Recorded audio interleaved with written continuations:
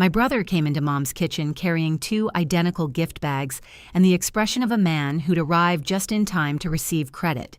Denise was rinsing a coffee mug at the sink.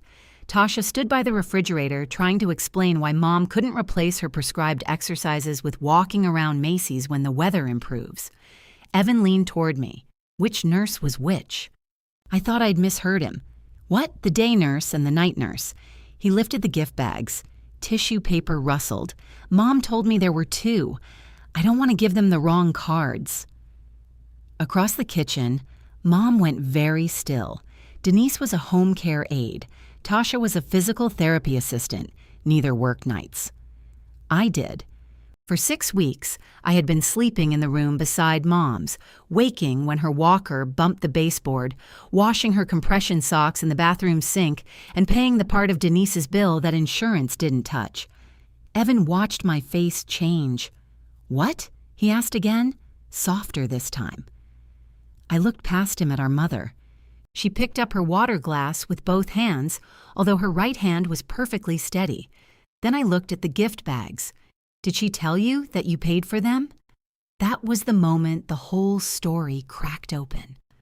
6 weeks earlier, I had been standing beside Mom's hospital bed while she argued with a dietitian about salt.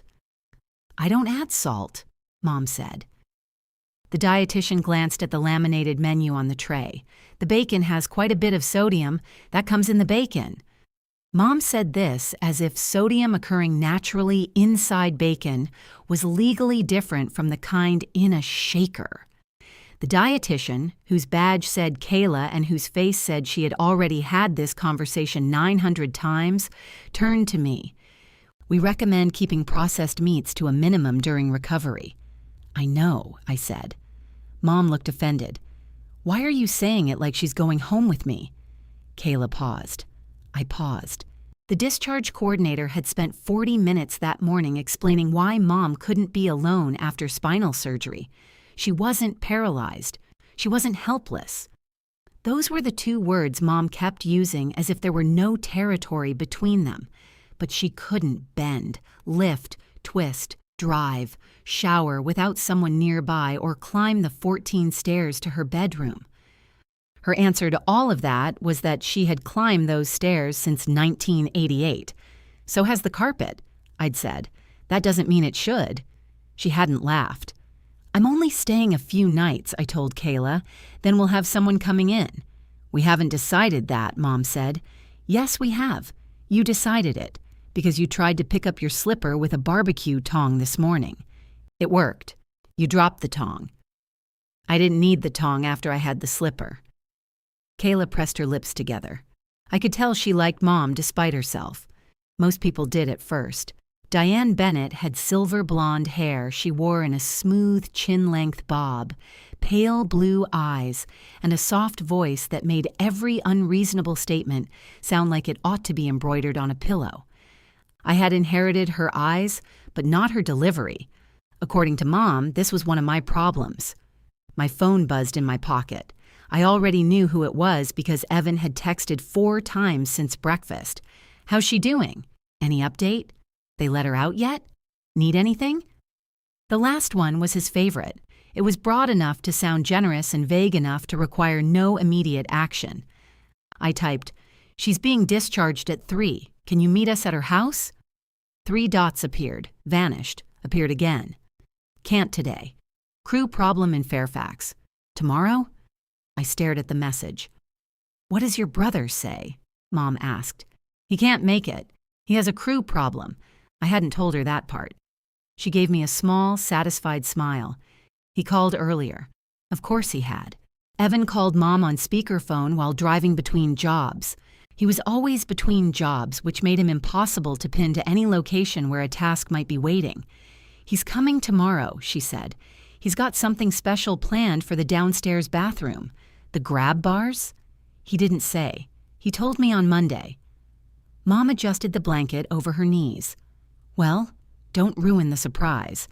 At 3:15, an orderly wheeled her through the hospital lobby while I carried a plastic bag of medications, a folder of instructions, her overnight case, my laptop bag, and the mauve purse she refused to put on her own lap because it pressed against her incision. Mom sat straight in the wheelchair like she was leaving a hotel where the service had disappointed her. "I can walk to the car," she said. "They have to wheel you." "I know what they have to do. I'm saying I can walk." The orderly, a broad man with a neat beard, said, "Ma'am, I believe you could beat me to the parking garage, but if my supervisor sees it, only one of us gets in trouble." Mom considered that. "Well," she said, "I don't want you fired. Appreciate that." He winked at me over her head. I had driven Mom's Buick because the passenger seat was easier for her to get into than my compact SUV. Her car smelled like peppermint, leather cleaner, and the lavender hand lotion she kept in the console. The radio came on, tuned to a station that played old standards. Mom reached for the volume, winced, then acted as if she had only meant to adjust the air vent. I turned it down for her. "I could have done that. I know." "You don't need to hover, Mara." "I'm driving." "You're hovering from the driver's seat." At 43, I could still become 12 years old before leaving a hospital parking lot. I called Aaron through the car system. He answered on the second ring. "You sprung her." "I heard that," Mom said. "You were meant to," Aaron told her. "How are you feeling, Diane?" "Much better now that people have stopped waking me up to ask if I'm sleeping. That does seem counterproductive." Mom smiled. She had always liked Aaron because he could tease her without sounding angry. I couldn't do that. My jokes came out with receipts attached. "We're heading to her place," I said. "I'll call when we're settled." "Okay." I put your charger in the side pocket of your suitcase. My eyes went to the rearview mirror even though Aaron was not in it. "You packed my suitcase." "You packed half a suitcase and left it open on the bed. I finished the job. I was coming back, sure." There was no accusation in his voice, which made it worse. Mom looked out the window. "You really don't have to stay more than tonight." The doctor said, "I know what the doctor said. Doctors assume everyone is 90. You're 72. Exactly." Aaron said, "I'm going to let you two negotiate." "Coward," I told him. Professional instinct. He was a commercial insurance broker. Avoiding disasters until someone signed the correct form was, in fact, his professional instinct. "Love you," he said. "Love you too." After the call ended, Mom said, "He's very patient." It sounded like a compliment to him and a warning to me. Her house stood at the end of a quiet cul-de-sac, red brick with black shutters and a front lawn. She paid a college-age neighbor to keep unnaturally green. The dogwood by the mailbox had started blooming. Someone had left a foil-covered casserole on the porch with a card tucked beneath it.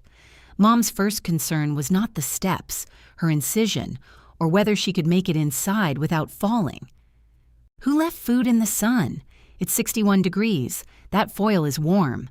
I got her walker from the trunk. She stared at it. "I don't need that outside. You used one all week. That was in the hospital. Gravity works here, too." She gave me a look, but took it. We made it up the short front walk at the pace of a ceremonial procession. At the threshold, she stopped. On the wall beside the entry table hung a framed photograph of Evan and me from 15 years earlier. We were standing behind Mom at her retirement dinner. Evan had one arm around her shoulders. I had been caught mid-blink holding her coat. "I should replace that picture," Mom said. "Good idea. You look tired in it. Even better reason. I have a nice one of you from Christmas. The one where I'm carrying the roasting pan?" "You're smiling." I had just put down the roasting pan. She waved away the distinction and shuffled toward the living room. Evan's grab bars had already been installed in the downstairs bathroom. There were 3 brushed nickel rails around the shower and one beside the toilet. They looked sturdy and professionally done. A blue bow was tied around the longest one. Mom touched the ribbon. "He did that himself," she said. "The ribbon?" "The whole thing. His employee, Luis, texted me about what height you needed. Evan arranged it. There it was. The family translation system. Evan arranged. Mara handled. Evan surprised. Mara reminded. Evan gave. Mara was there. Mom asked me to take a picture of her beside the grab bar so she could send it to him. She leaned on her walker with one hand and touched the rail with the other, smiling as if she were cutting a ribbon at a new hospital wing. "Don't get the toilet," she said. "It's a bathroom. You know what I mean." I took 4 pictures. She rejected 3. In the living room, I set up the downstairs recliner with pillows and moved the side table close enough for her water, medications, phone, reading glasses, tissues, television remote, and the small brass bell she had produced from a drawer. I held it up. "No. My mother used that when she was sick. Your mother also believed margarine was a health food. What if you're upstairs?" "I won't be upstairs." "What if you're in the bathroom?" "Then you'll have to survive for 3 minutes." She took the bell from me and set it beside the tissues. At 6, I heated the casserole, which turned out to be chicken, rice, canned soup, and enough cheese to qualify as roofing material. Mom ate half a serving and said she wasn't hungry. 10 minutes later, she asked whether there was pie. At 8, I helped her change into a cotton nightgown. That was when the situation stopped feeling temporary. My mother had dressed beautifully my entire life. Even at home, she wore small gold earrings and pressed blouses. Now she stood gripping the bathroom counter while I worked the nightgown carefully over her head. Her bare back looked narrower than I remembered. Purple bruising spread above the white bandage at the base of her spine. For once, she didn't tell me how to do something. "You okay?"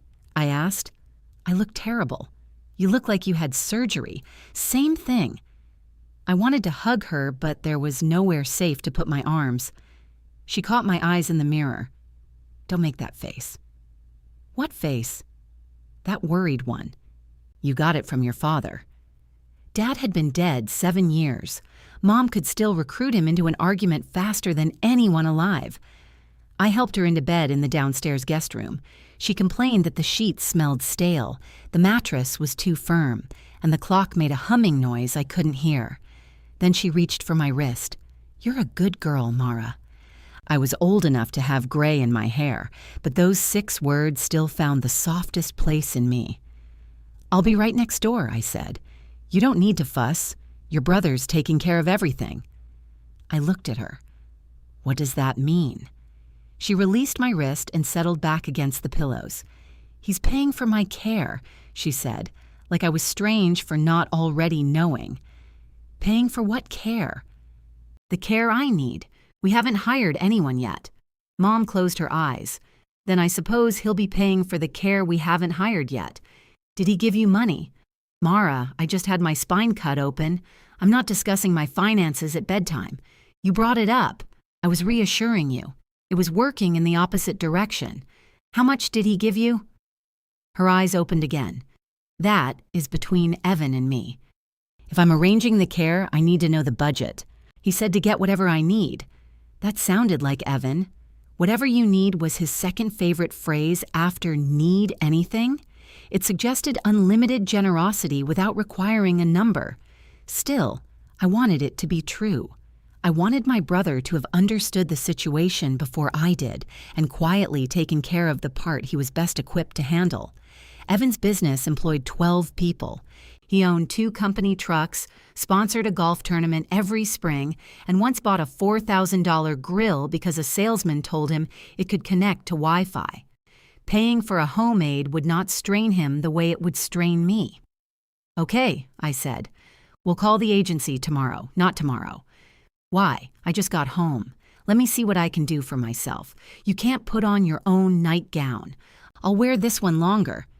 "That's not how clothes work. It's how nightgowns work." I turned off the bedside lamp.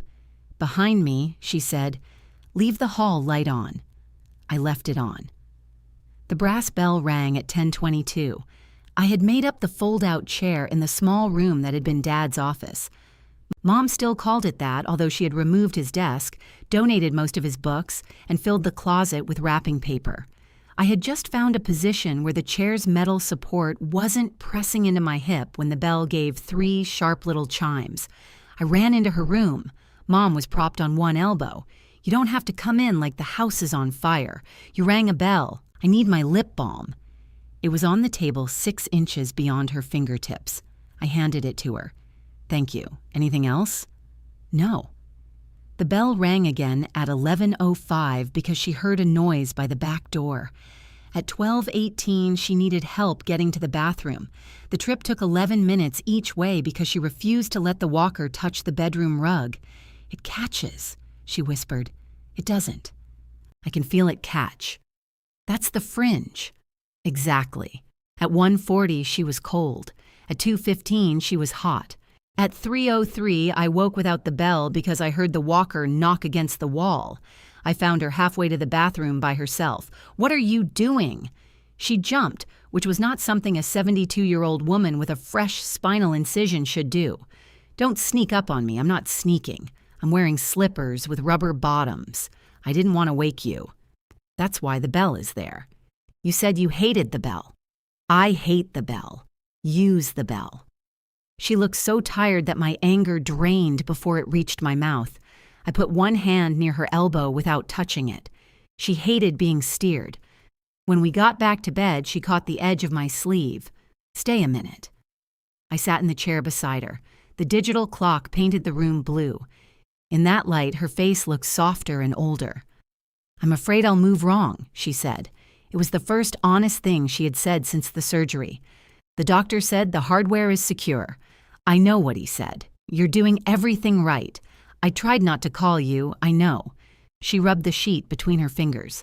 "I don't like being watched. Neither do shoplifters." A surprised laugh escaped her, then turned into a grimace. "Don't make me laugh." "Sorry, you're not. No." I stayed until she fell asleep.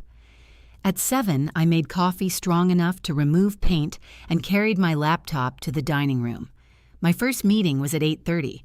Mom woke at 8:20 and called my name from the guest room, not loudly enough to qualify as yelling, but at regular intervals that made concentration impossible. "Mara, I'm coming. Mara, still coming." "Mara, I think the pillow moved." I stood in the doorway. "Did it escape?" "It's pushing my neck forward." I rearranged the pillow, helped her sit up, brought her medication, and made toast. At 8:29, I joined my meeting with my camera off. My supervisor, Leonard, asked for an update on the quarterly reconciliation. Someone's dog barked. Someone else had a leaf blower outside his window. I muted myself while Mom scraped butter across toast with the determination of a mason applying mortar. "I'll have the revised numbers by noon," I said. Mom pointed at her orange juice. I slid it closer. Leonard said, "Are you working from a restaurant?" "No, my mother's house," Mom mouthed. "Who's that?" I turned slightly away from her. After the call, she said, "He sounded impatient." He wasn't. "You told them what happened? They know you had surgery. You don't have to make a big production out of it." I said one sentence. "Well, I heard his tone. You also heard a noise at the back door that turned out to be the refrigerator." She frowned at me over her coffee. At 10, I called the home care agency the hospital had recommended. They could send someone to assess Mom on Thursday. "Next Thursday?" I asked. "This Thursday." I looked at Mom, who was attempting to pick up a drop napkin with her foot. "Can you come today?" The woman laughed. "I'll see what I can do." Evan arrived after lunch carrying a white bakery box and a potted orchid taller than some adults.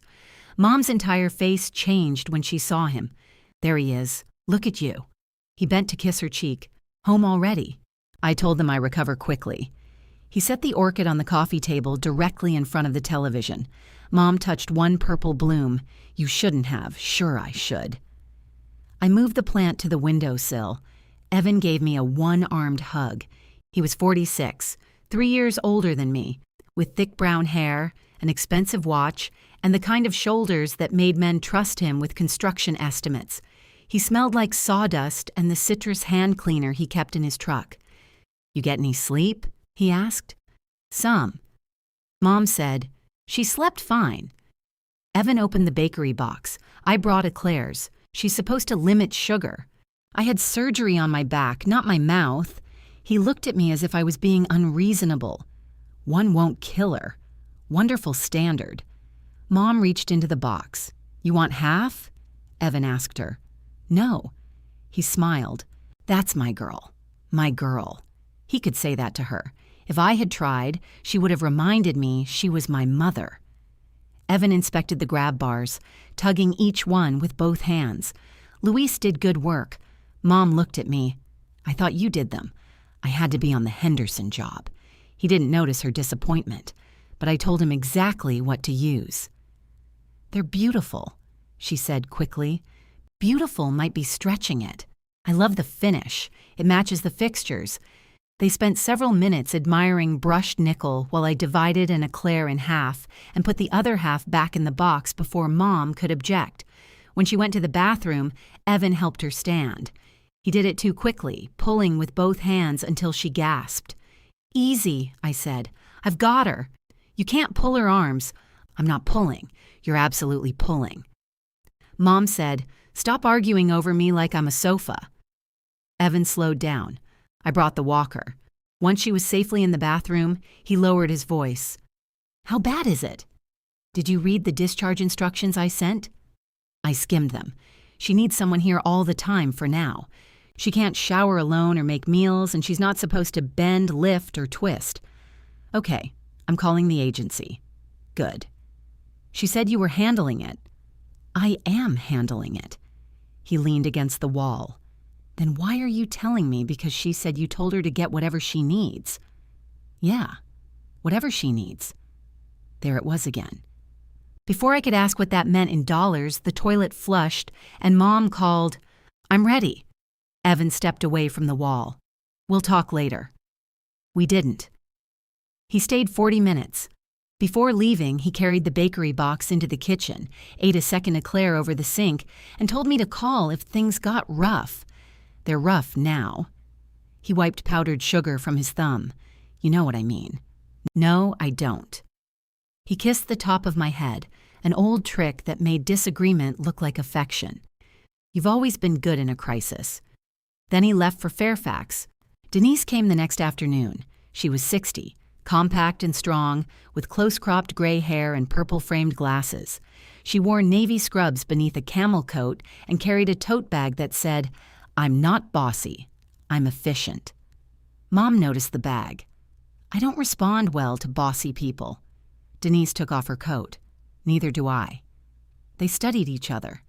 The agency coordinator asked questions while Denise walked through the downstairs rooms. Mom minimized every limitation. I corrected her. By the end, we sounded like attorneys representing opposing versions of the same body.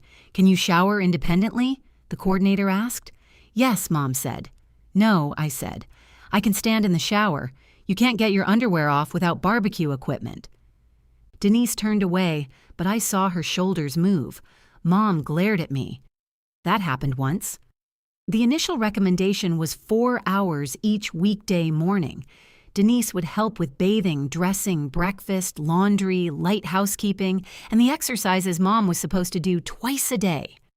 I don't need someone washing my clothes, Mom said. Denise looked at the compression socks draped over the bathroom faucet. Somebody does. Mom liked her after that, though she refused to admit it. The agency needed a payment method before confirming the schedule. I waited for Mom to reach for her purse. She looked at me. What? My purse is in the bedroom. I'll get it. No, use yours for now. Evan will reimburse you. The coordinator held the tablet between us. I hesitated, then entered my card number. Denise started Monday. By Wednesday, she knew Mom took her coffee with 2% milk, hated the blue bath towels, and would do all 10 heel raises if Denise pretended not to count. She could also twist Mom's hair into a neat clip without making her wince. I began working from the dining table while they moved through their morning routine. For the first time, I could finish a meeting without sliding orange juice across the room. On Friday, Mom's neighbor Carol came by with tulips. Denise answered the door. Carol looked from Denise to me and smiled at Mom. This must be one of those wonderful nurses Evan hired. Mom settled deeper into her recliner. Yes, she said. My son won't let me lift a finger. Carol's smile moved to Evan's orchid on the windowsill. That boy has always been so good to his mother. He worries, Mom said. I looked at Denise. Denise looked at me. Her expression did not change, but she put the clean mug in the dish drainer with unusual care. Carol handed Mom the tulips. And Mara, of course. It's nice that you can work from anywhere. Mom nodded. She just brings that little computer. The little computer belonged to a company with 1,100 employees whose paychecks became my problem if a number landed in the wrong column. I had worked there 9 years. Mom described my job the way she described online shopping: convenient, slightly suspicious, and probably much easier than people claimed. Not anywhere, I said. Anywhere with 2 monitors and a secure connection. Carol laughed because she thought I was joking. Mom leaned toward her. Evan found this agency and told them I was to have the best. I opened my mouth. Denise picked up another mug. Carol pressed one hand to her chest. That's wonderful.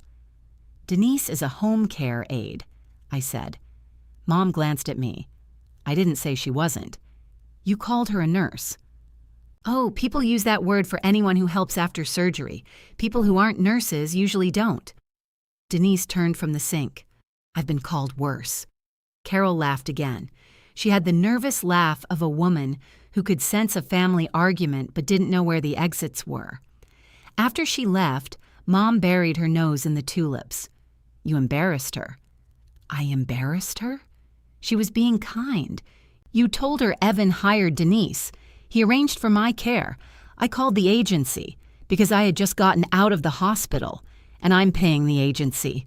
For now. My first charge had posted that morning.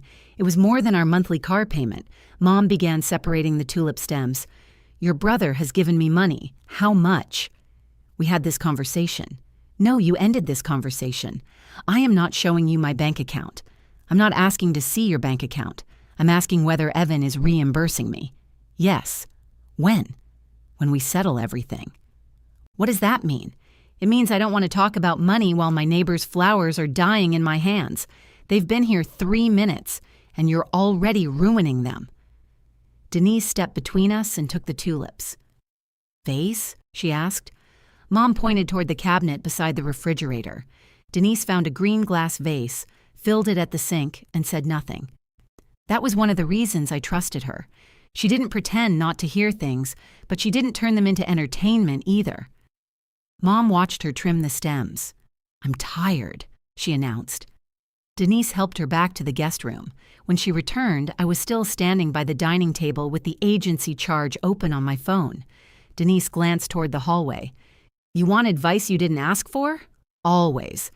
Your mother has 2 kinds of pain, the kind from surgery and the kind from not being in charge. I know she can't do much about the first one, so she's putting a lot of energy into the second. Also know that. Denise handed me the phone I had set down. Knowing something and protecting yourself from it aren't the same. The following Saturday, Aaron came with a suitcase of clean clothes and a grocery bag full of things Mom had not requested but immediately criticized.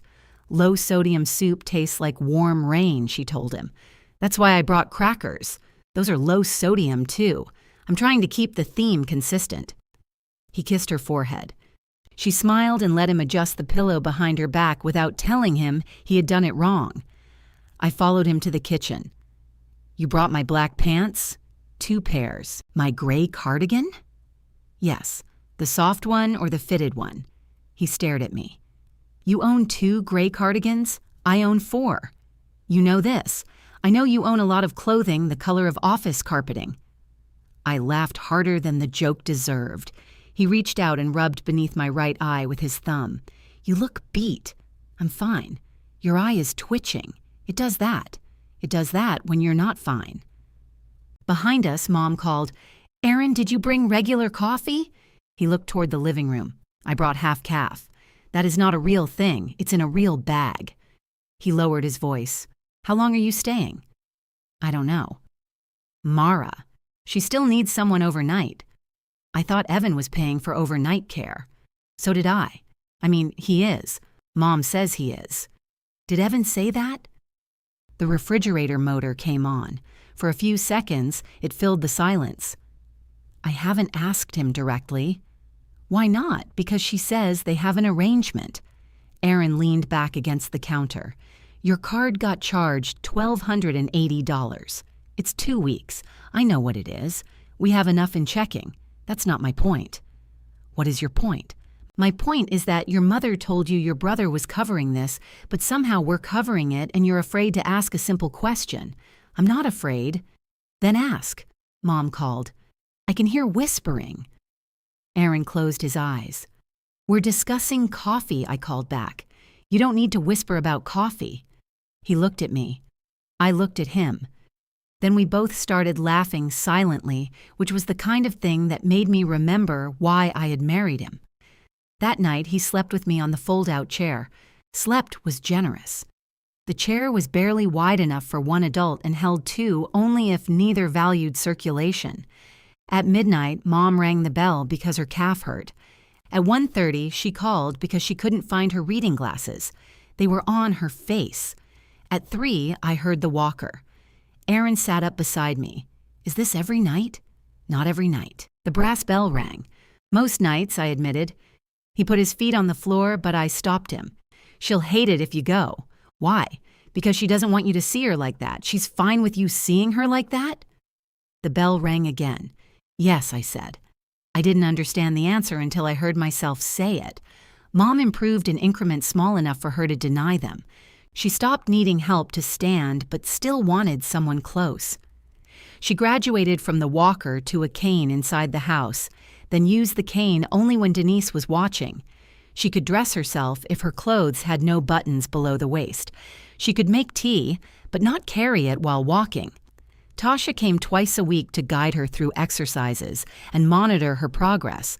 She was in her 30s, cheerful without being exhausting, with long, dark braids and a gift for making commands sound like invitations. Let's do one more lap to the kitchen, Tasha would say. I've already been to the kitchen. We're going again. There's nothing I need. You need stronger legs. They're not in the kitchen. Tasha never lost. I kept paying the agency. Every Friday, Mom told me Evan was sorting it out. Every Sunday, Evan called and told her how great she sounded. He came by twice, never for more than an hour. He brought a heated throw blanket on the first visit and lobster rolls on the second. Mom talked about both gifts for days. On the Tuesday he had promised to stay overnight, he called me at 5:40. I have to be in Richmond first thing tomorrow. You said you'd stay. I know. That's why I'm calling. That doesn't make it less canceled. I'll take next week. I have to go home tonight, so go. Mom's doing better. She still needs somebody here. He lowered his voice. You make her sound helpless. She isn't helpless. She needs help. Those are different words. Can Denise stay? Denise has a life. So do you, he said. I waited for him to hear it. He didn't. I drove home anyway. Aaron made pasta. We opened wine. I took my first sip at 8:15, and Mom called at 8:17 to ask whether she could take her pain medication 30 minutes early. At 9, she called because she had dropped the television remote. At 9:30, Evan texted, Mom seems anxious. You might want to check on her. At 10, I got back in the car. By the 6th week, Mom had regained enough strength to host what she called a simple Sunday lunch. In Mom's language, simple meant I cooked instead of her and used the good napkins without ironing them. She insisted Denise stay an extra hour because she wanted to introduce her to Evan properly. Tasha stopped by with an updated exercise sheet and made the mistake of mentioning walking outdoors. I can walk at Macy's, Mom said. It's flat and climate-controlled. A store is not a rehabilitation plan, Tasha told her. You haven't seen the size of that Macy's. I was setting bowls on the dining table when Evan came through the front door carrying 2 identical Navy gift bags. Peace offerings, he said. For whom? I asked. The nurses. He went into the kitchen. Denise stood at the sink rinsing her coffee mug. Tasha was beside the refrigerator explaining that browsing handbags did not count as cardiovascular exercise. Evan leaned close to me. Which nurse was which? What? The day nurse and the night nurse? Mom told me there were 2. He lifted the bags. I don't want to give them the wrong cards. Mom stopped moving. I looked at Denise, then Tasha, then my brother. There is no night nurse, I said. I'm the one here at night.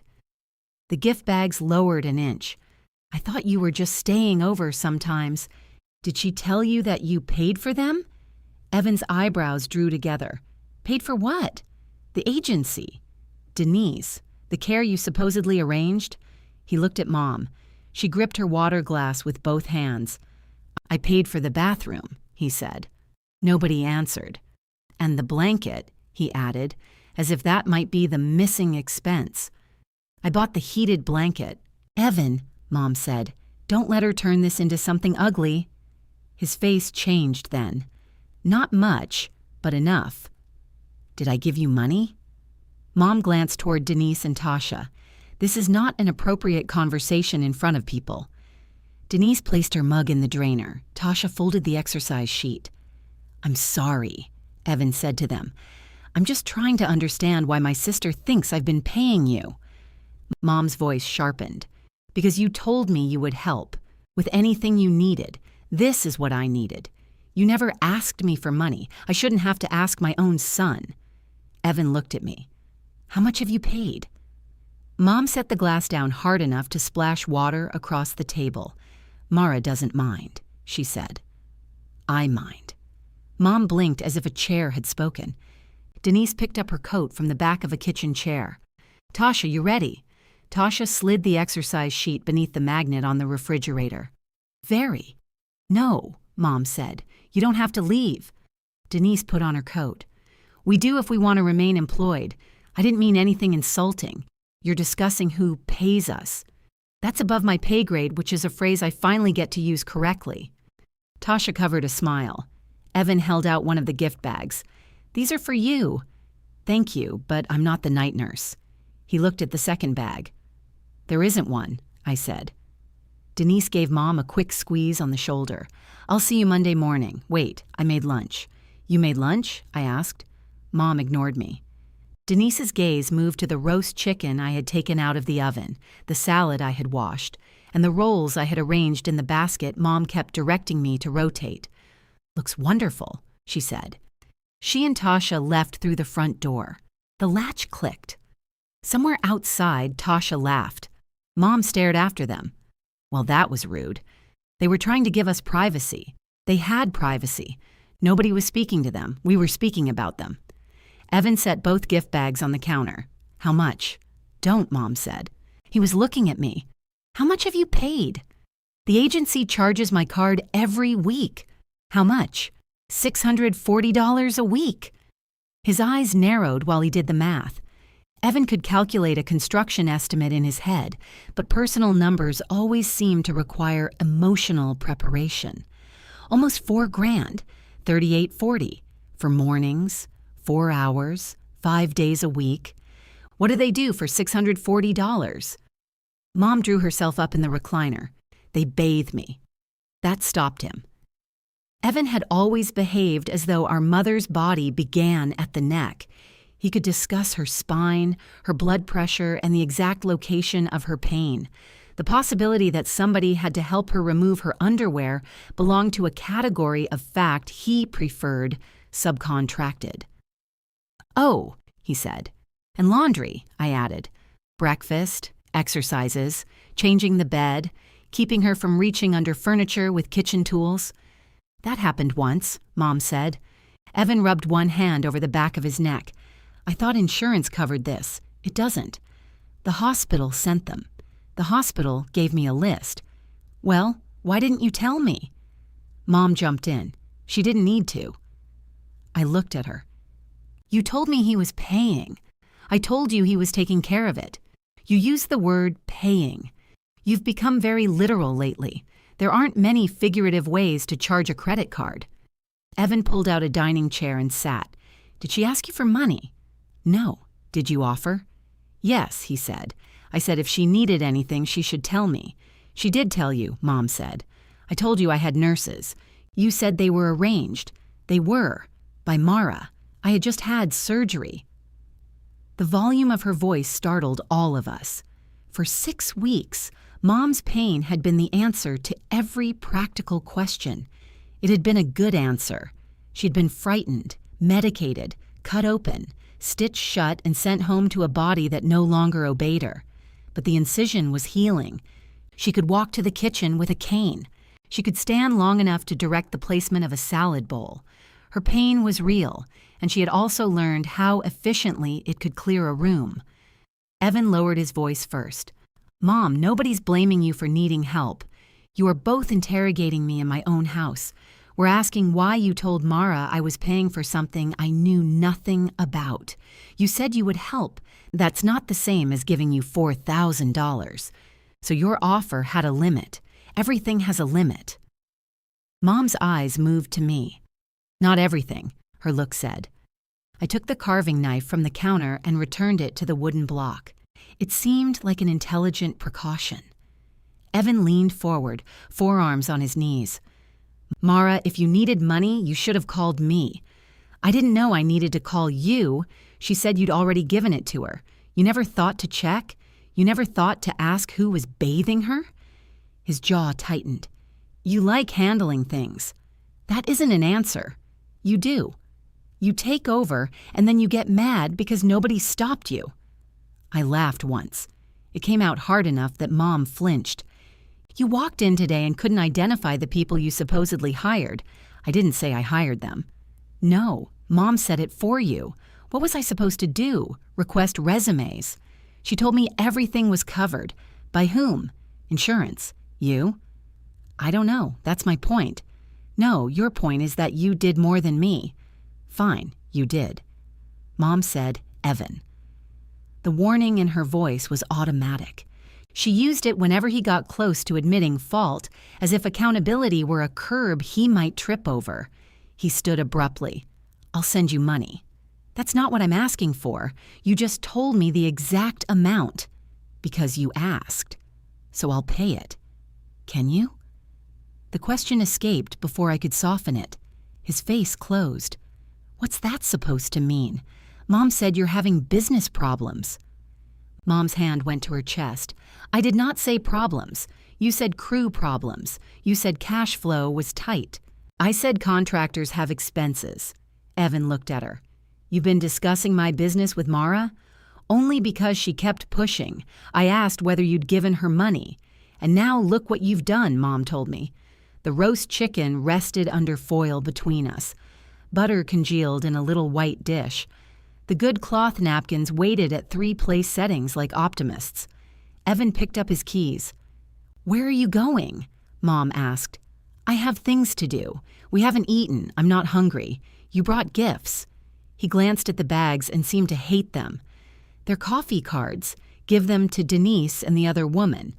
Tasha, I said. Right. Mom's mouth tightened. You could at least have some lunch. Not now. Evan, I'll call you later. He kissed her forehead because even furious men in our family obeyed certain rituals. Then he walked past me without saying goodbye. Mom listened to his truck start outside. You humiliated him. I stared at her. I asked one question. In front of strangers. He asked which nurse was which. You knew what he meant. No, I didn't. I still don't. He was trying to do something nice. He brought 2 $25 coffee cards for women he thought he'd been paying for 6 weeks. At least he thought of it. There was the family exchange rate again. Evan's thought was worth more than my money, time, sleep, or actual presence, because thoughts were scarce from him and expected from me. I began taking plates off the table. What are you doing? Mom asked, putting lunch away. I'm hungry. Then eat. I'm not eating alone. I'm right here. Not the way you're acting. I set her plate down harder than necessary. A cherry tomato rolled onto the tablecloth. Mom watched it settle against her fork.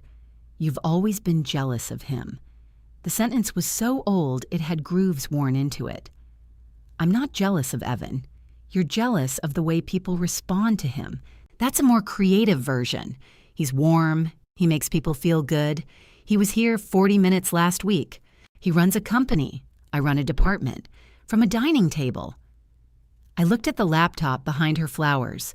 A payroll alert flashed in the corner of the screen. I had been working since 7 that morning before cooking her lunch. Mom saw my face. I'm not saying you don't work. You're just saying his counts more. I'm saying his has different demands, and mine has you. She went quiet. I folded the foil over the chicken, pressing it tightly around the dish. When Mom spoke again, her voice was smaller. He's under a lot of pressure. So am I. You have Aaron.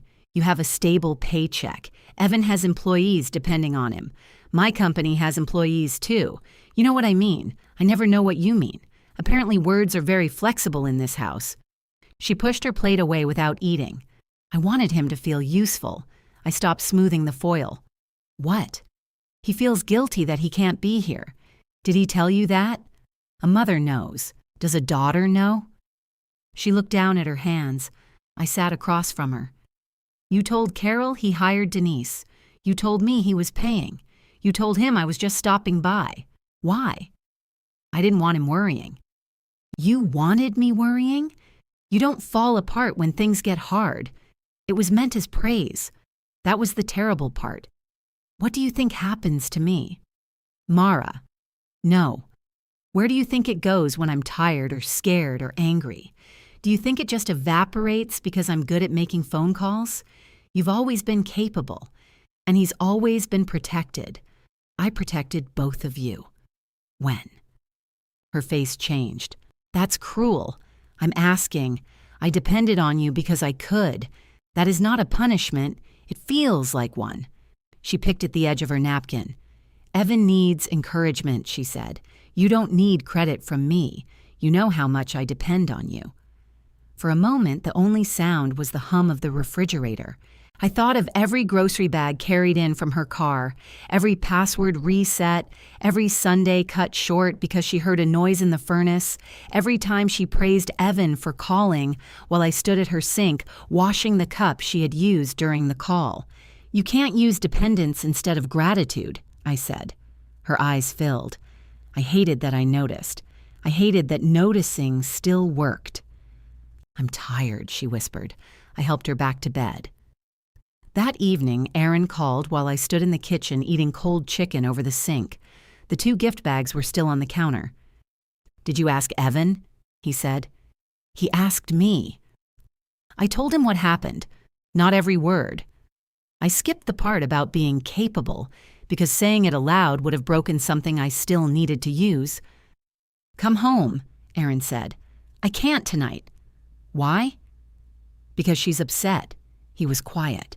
So she lied to you, blamed you when she got caught, and now you're staying because she's upset? She also had spinal surgery 6 weeks ago. Both things can be true. I looked down the hall. Mom's door was closed. I'll come tomorrow. You said that yesterday. I mean it this time. He sighed. Okay. At 9:30, I brought Mom her medication. She swallowed it without looking at me. At 10:15, the bell rang. Her cane had slipped beneath the edge of the bed. I retrieved it and set it within reach. Thank you, she said formally. I turned to leave. Mara? What? Your brother didn't mean to hurt you. I waited. Nothing followed. Not I didn't mean to hurt you. Not I'm sorry. Just another cushion placed beneath Evan before he had even fallen. I know, I said. That was the problem.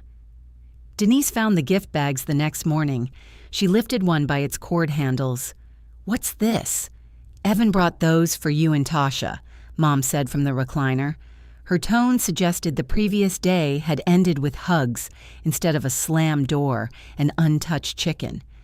Denise pulled out a coffee shop gift card and a small box of truffles. That's thoughtful.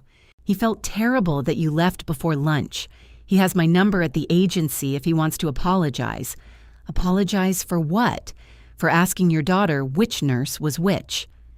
Mom adjusted the throw blanket over her legs. It was a misunderstanding.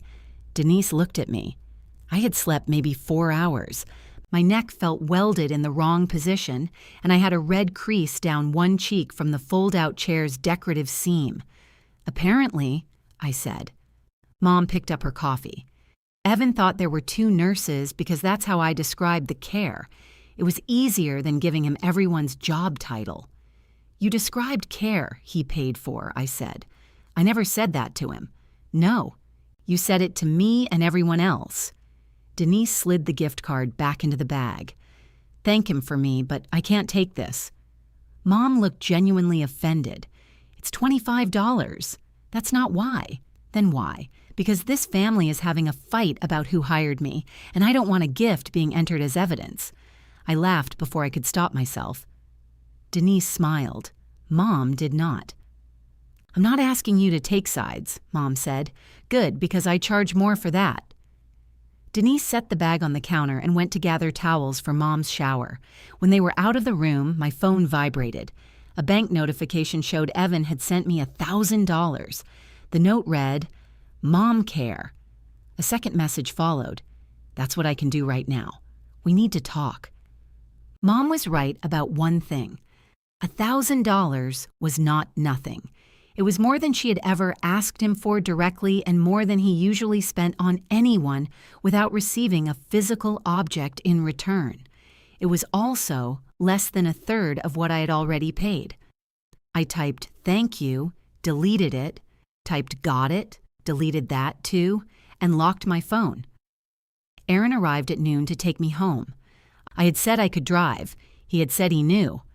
Mom stood by the front window with her cane while I carried my laptop and suitcase to the door. "You don't need to take everything," she said. "I need clothes. You have clothes here. I've worn them all. Leave the gray cardigan, in case it gets cold. It belongs to me. You have 3 others. 4, I almost corrected, then stopped myself. Denise would stay until 2. Mom could make a sandwich for dinner, and Carol had agreed to check in at 7. Tasha had cleared her to move around the downstairs alone, as long as she used the cane and did not attempt what Tasha called creative reaching. Every practical question had an answer. Mom still looked abandoned. "I'll be back tomorrow after work," I said. "You don't have to." "Okay. I'm not saying don't come." "I know." Aaron took my suitcase. Mom kissed his cheek and told him he looked thin. She said nothing about how I looked.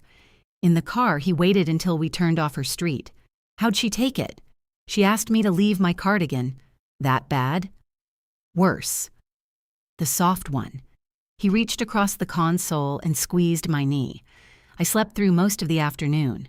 When I woke, the bedroom was dark and the clock said 6:47. For one panic second, I thought I was at Mom's and had missed her medication. Then I saw Aaron's book on the nightstand and my own shoes on the floor. I walked into the kitchen. He was chopping onions. "You're home," he said. "What day is it?"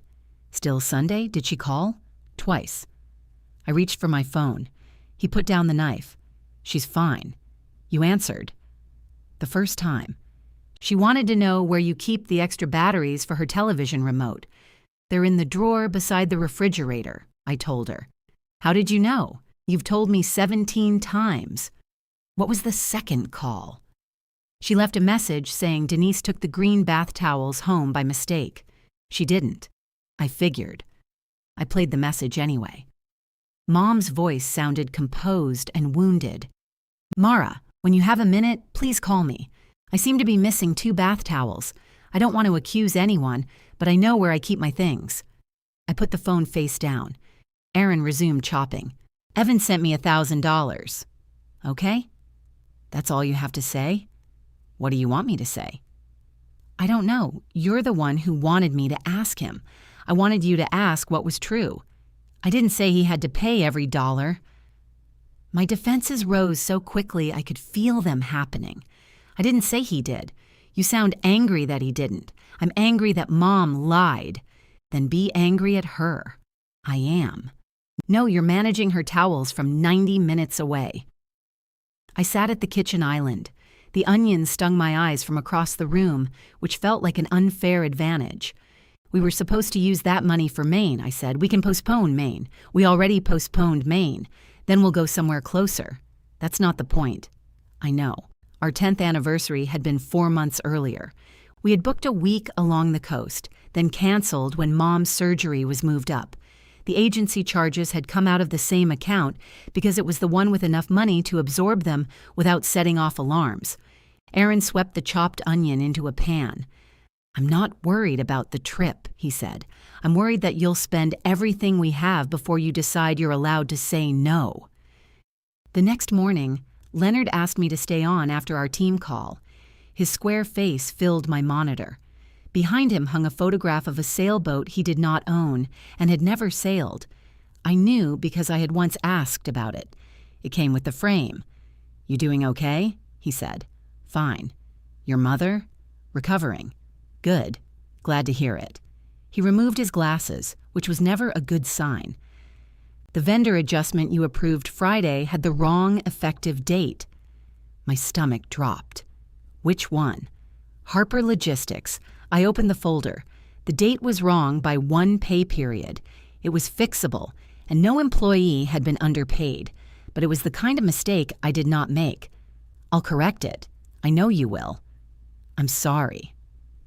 Mara, I'm not trying to pile on. You've got plenty of leave available. If you need to use it, use it. But when you're working, I need you working. I understand. Do you? The question was gentle. That made it worse. Yes. After the call, I sat at my desk without moving. Mom's voice kept coming back to me from a dining table. At lunch, I called Evan. He answered over the sound of machinery. Give me a second. The noise faded. A truck door slammed. Okay. You get the money? Yes. I'll send more when I can. I didn't call about money. Then what? I can't keep doing every night. He exhaled into the phone. I thought you were home. I am. Carol checked on her last night, but we need a real schedule. She's doing better. She's doing better because Denise is there every morning and I've been there every night. What do you want me to do? Tuesday nights. Take her to physical therapy on Thursdays. I work Thursdays. So do I. What time? 3. That's the middle of the day. That's generally when 3 happens. He ignored that. I can probably move things. Not probably. Mara, I have clients.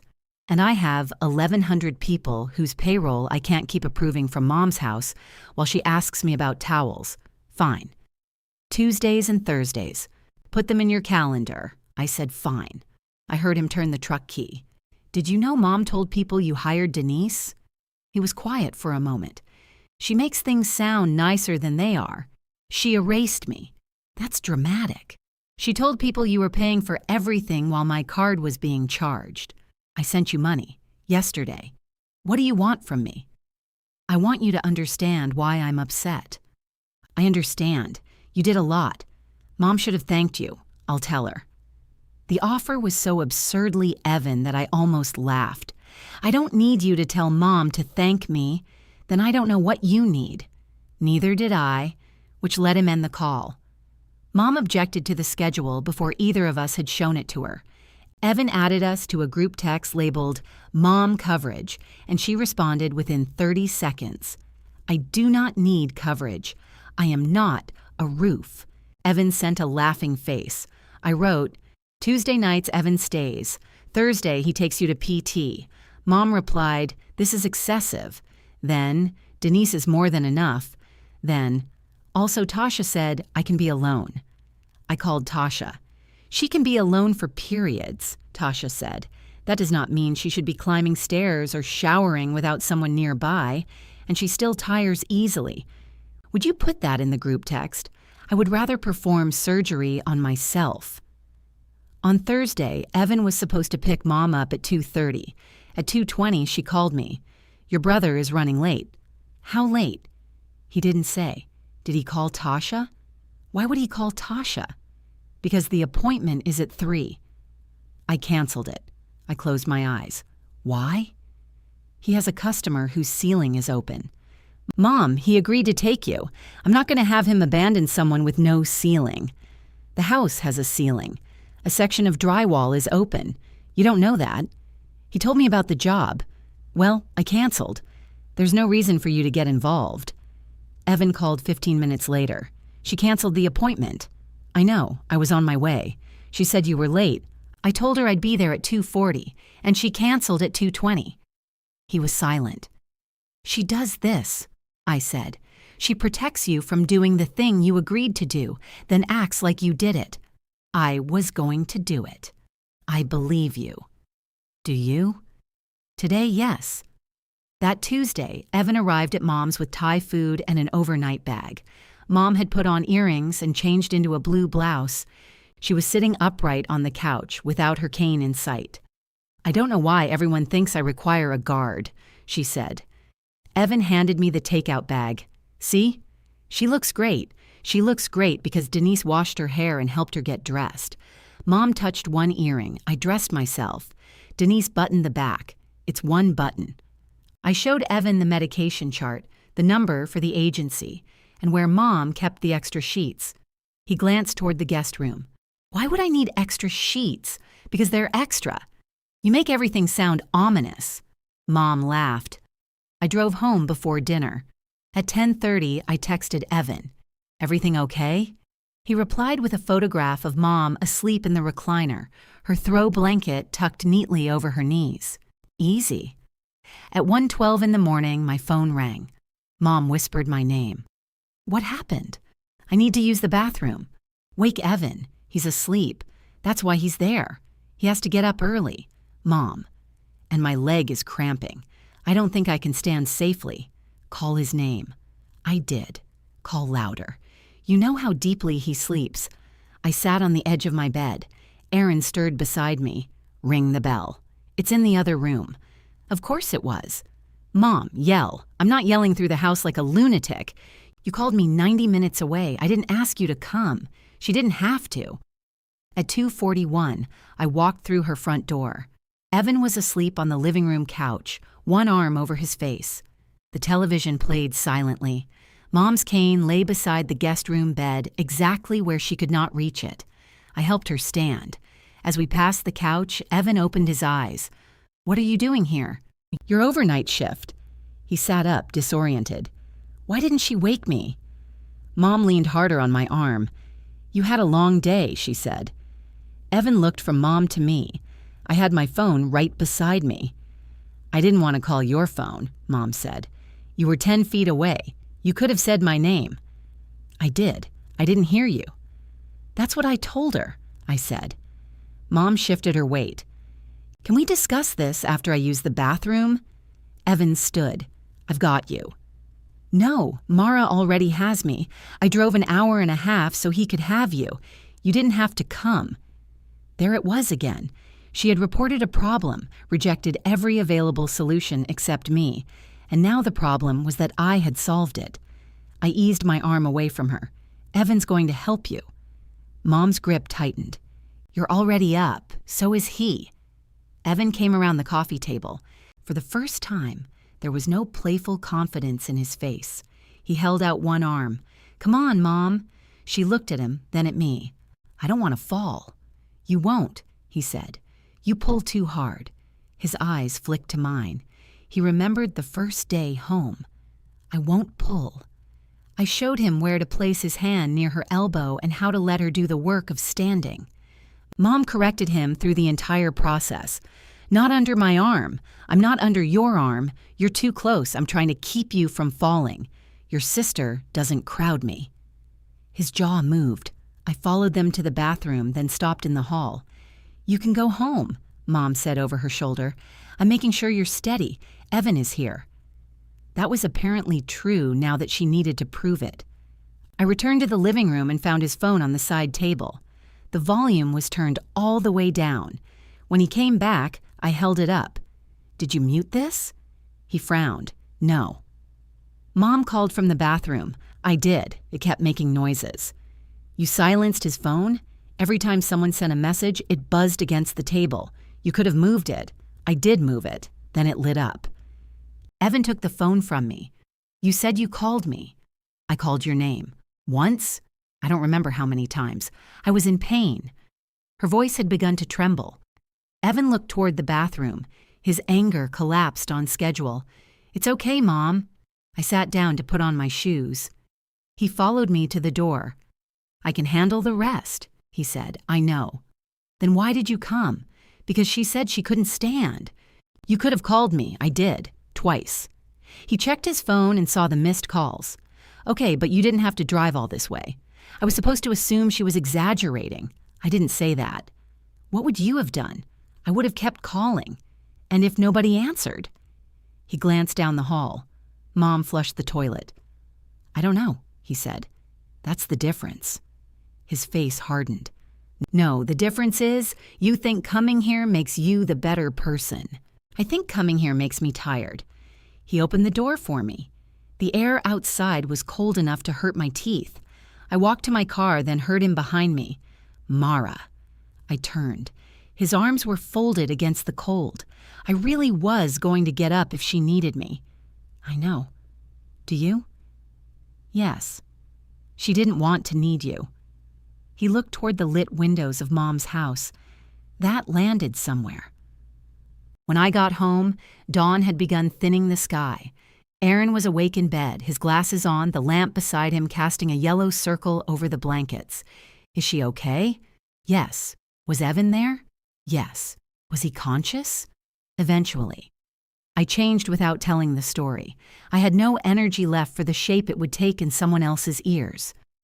Aaron set his book aside. You have a meeting at 8. I know. You're going? I have to. He turned off the lamp. In the dark, he said, You always say that. Evan stayed the following Tuesday, too. This time, I didn't drive over. Mom called me at 11 because the television had lost sound. I told her to ask Evan. He's in the shower. Then wait. I thought you would know what button I pressed. I probably would. He can figure it out. She sighed as if I had refused to donate an organ. 20 minutes later, Evan sent a message. Fixed TV. Wrong remote. Then, after a minute, she had 3 remotes on the table. I wrote, Welcome. At 1 a.m, he called. Her leg hurts. Did she take the muscle relaxer? She says she doesn't know. There's a chart on the dresser. She says the chart isn't current. It's current. Why would she say it isn't?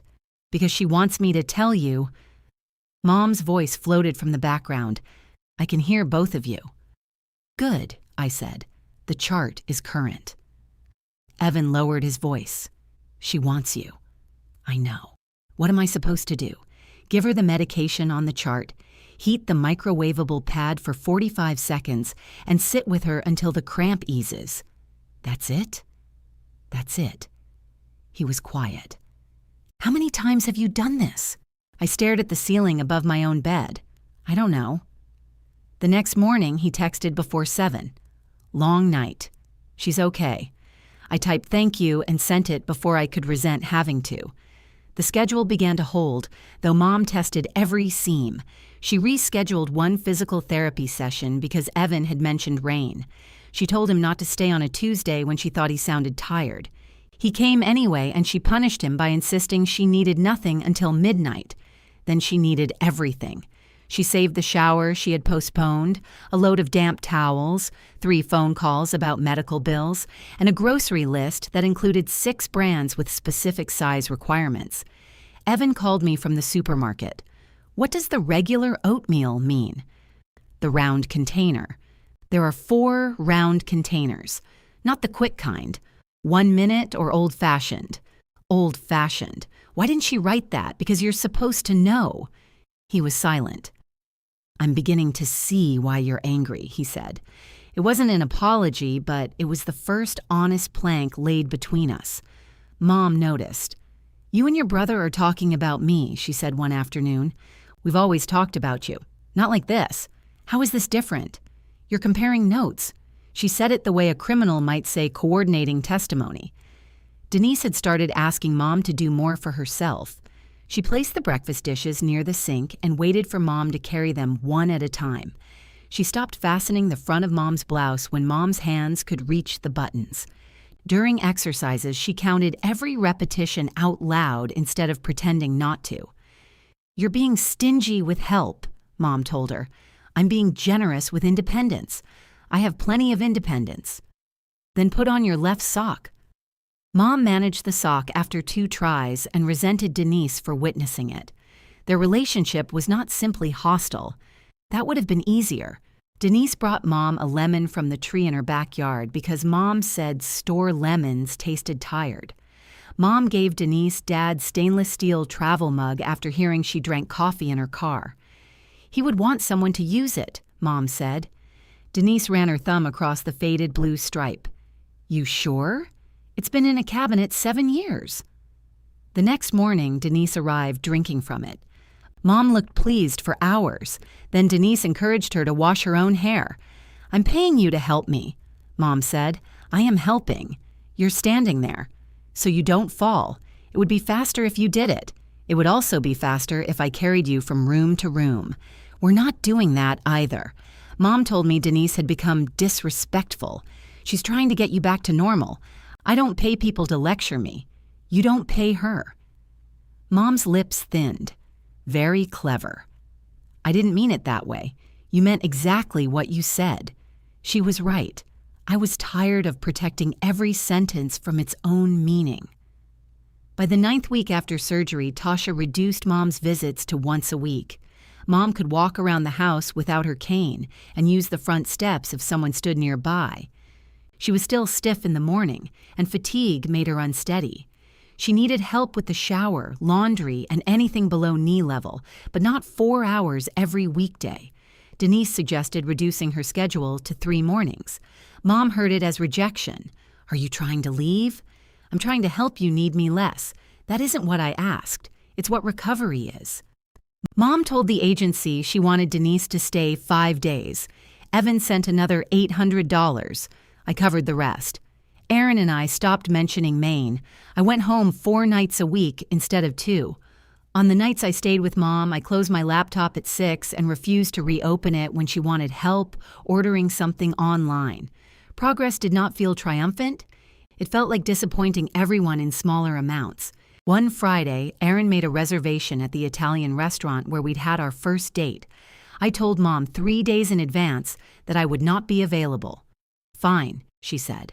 I reminded her the next day. "I heard you." Friday morning, Denise asked what time I was leaving. 4. Mom looked up from her newspaper. "You don't need to discuss my schedule with her. I was asking about Mara's schedule." "Same thing lately." At 3:30, Mom said she felt dizzy. I checked her blood pressure. It was normal. She admitted she had skipped lunch because Denise had made tuna salad instead of egg salad. "Eat this," I said, handing her crackers. "I don't like those." "You ate them yesterday." "I didn't like them then." At 4, I put on my coat. "You're leaving while I'm dizzy?" "You're not dizzy anymore." "I still feel off." "Carol is coming at 6. Evan knows he's back up." Her eyes filled, but she looked away before the tears could form. "Go," she said. "Enjoy yourself." It sounded like a curse. I went. Aaron and I ate pasta beneath framed photographs of Italy taken by someone who had probably never worked from a dining table. My phone buzzed twice in my purse. I didn't check it until dessert. One message was from Mom. "Hope dinner is good." The other was from Denise. "Call me Monday before you go to your mother's."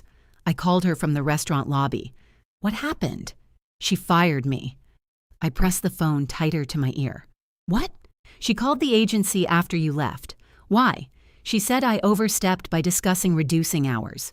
"You suggested it because she's improving." "I know." "Can they reverse it?" "Not unless she asks." She terminated all services, effective immediately. Through the glass doors, I could see Aaron at the table watching me. Denise continued carefully. She told them a family member was taking over the morning care. I already knew the answer, but I asked anyway. "Which family member?" "You," she said. Did she say I agreed? Denise was quiet. "Denise, she said you had arranged your work schedule." I laughed. A couple waiting near the hostess stand looked over. "I didn't arrange anything," I figured. "Would you go back?" Another pause. "Not Monday." "What if she apologizes?" "I like your mother." "I do." But she looked me in the face this morning and thanked me for helping her get stronger. 6 hours later, she told the agency I made her feel unsafe. My grip tightened around the phone. She used that word? She said emotionally unsafe. She knows the right phrases. "Did you do anything?" "No, I know. I'm sorry. I had to ask." "You didn't." "I did." The restaurant door opened, carrying in cold air and the smell of someone's cigarette. Denise sighed. "I'm not trying to leave you in a mess." "You didn't." "She wants you there. She always wants me there. Then you should decide if wanting you and having you are the same thing." We ended the call. Through the glass, I could see Aaron at our table. The waiter had brought dessert, a wedge of chocolate cake with 2 forks. Aaron wasn't eating it. I called Mom. She answered on the first ring. Did Denise call you? Yes. I knew she would. She's become very dramatic. She said you told the agency I was taking over mornings. I said family would handle it.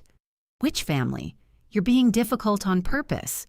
Did you give them my name? You've been here every morning since I came home. Because I was working from your house while Denise was here. You can do that again. No. The word came out before I had decided whether I was brave enough to use it. Mom didn't speak. I watched a waiter light a candle at a table near the window. No, she said finally. No, I'm not taking over Denise's hours. I don't need 4 hours. You can help me shower and start a load of wash before you work. I live 90 minutes away. You've managed the drive until now. Because you were recovering from surgery. I'm still recovering. Then you need professional care. I had professional care.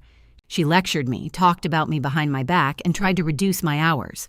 She wanted to reduce them because you're stronger. That should be my decision. It was. You decided to fire her.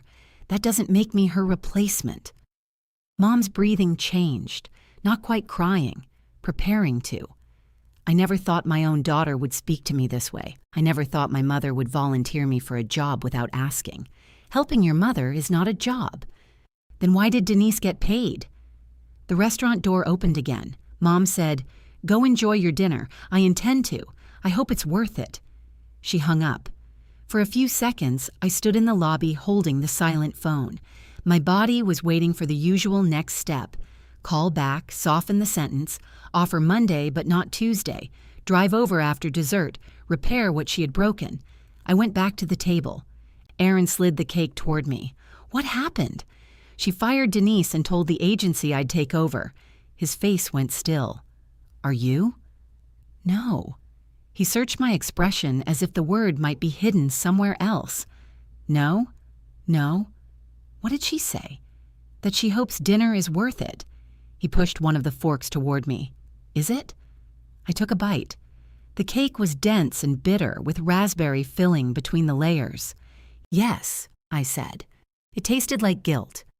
Mom did not call Saturday morning. By noon, I had checked my phone 19 times. At 1, Evan called. Mom says you're refusing to help her. She fired Denise. I know. She told the agency I'd take over. She said you were already doing mornings. I was working there. Denise was doing mornings. I thought you helped too. I did. I helped before Denise arrived, after she left, and throughout the night. Okay, but Mom says she doesn't need much now. Then you take the mornings. I can't take mornings. Why? You know why. Say it. I have a business. So do I. You have a job. There was a beat of silence after he said it. Even Evan heard our mother in his own voice. I sat down on the edge of the bed. I made a payroll mistake last week because I was working on 4 hours of sleep. His tone changed. What kind of mistake? One I fixed. Did you get in trouble? That's not the point. It sounds like the point. The point is that every time Mom needs something, my life becomes negotiable and yours becomes an explanation. He exhaled. I'm not saying you should take over. You just called because she told you I was refusing. She's upset. So am I know. No, you don't. You've had 2 Tuesday nights. They were long Tuesdays. I nearly laughed. Call the agency, I said. What am I supposed to tell them? That you need temporary coverage because our mother fired her aide. She won't accept somebody she doesn't know. That's her decision.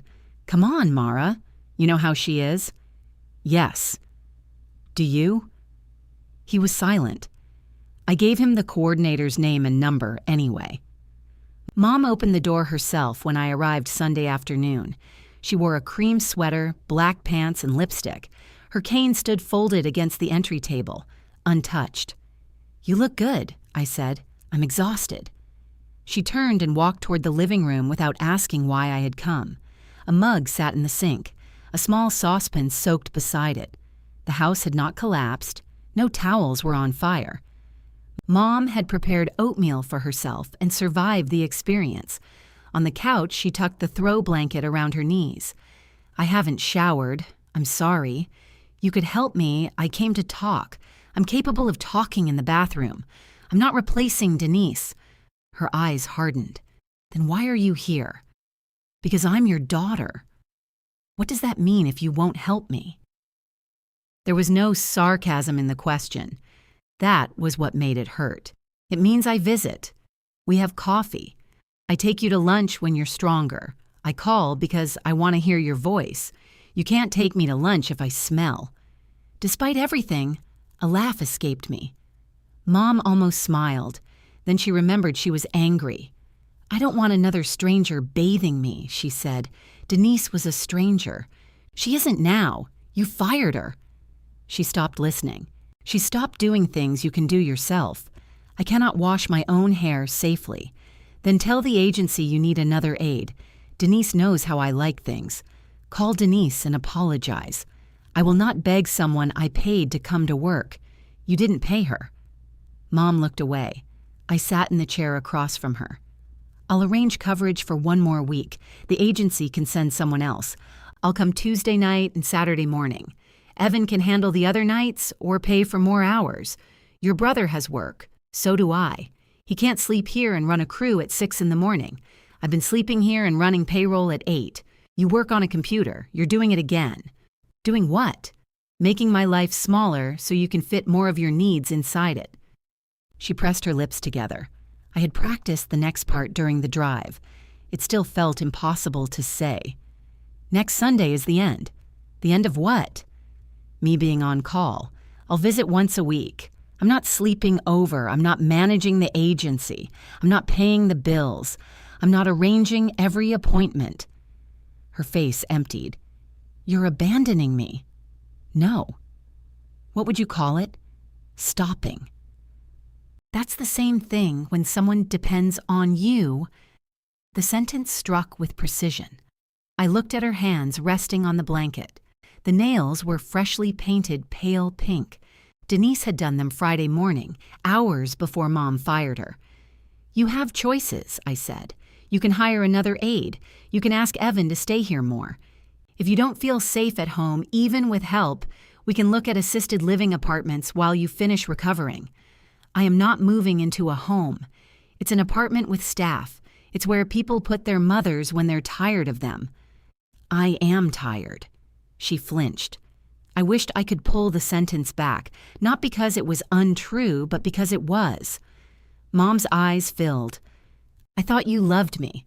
I do. You have an ugly way of showing it. I've been showing it for 9 weeks. No, you've been keeping score for 9 weeks. I paid nearly $4,000 and slept on a chair. And now you want applause.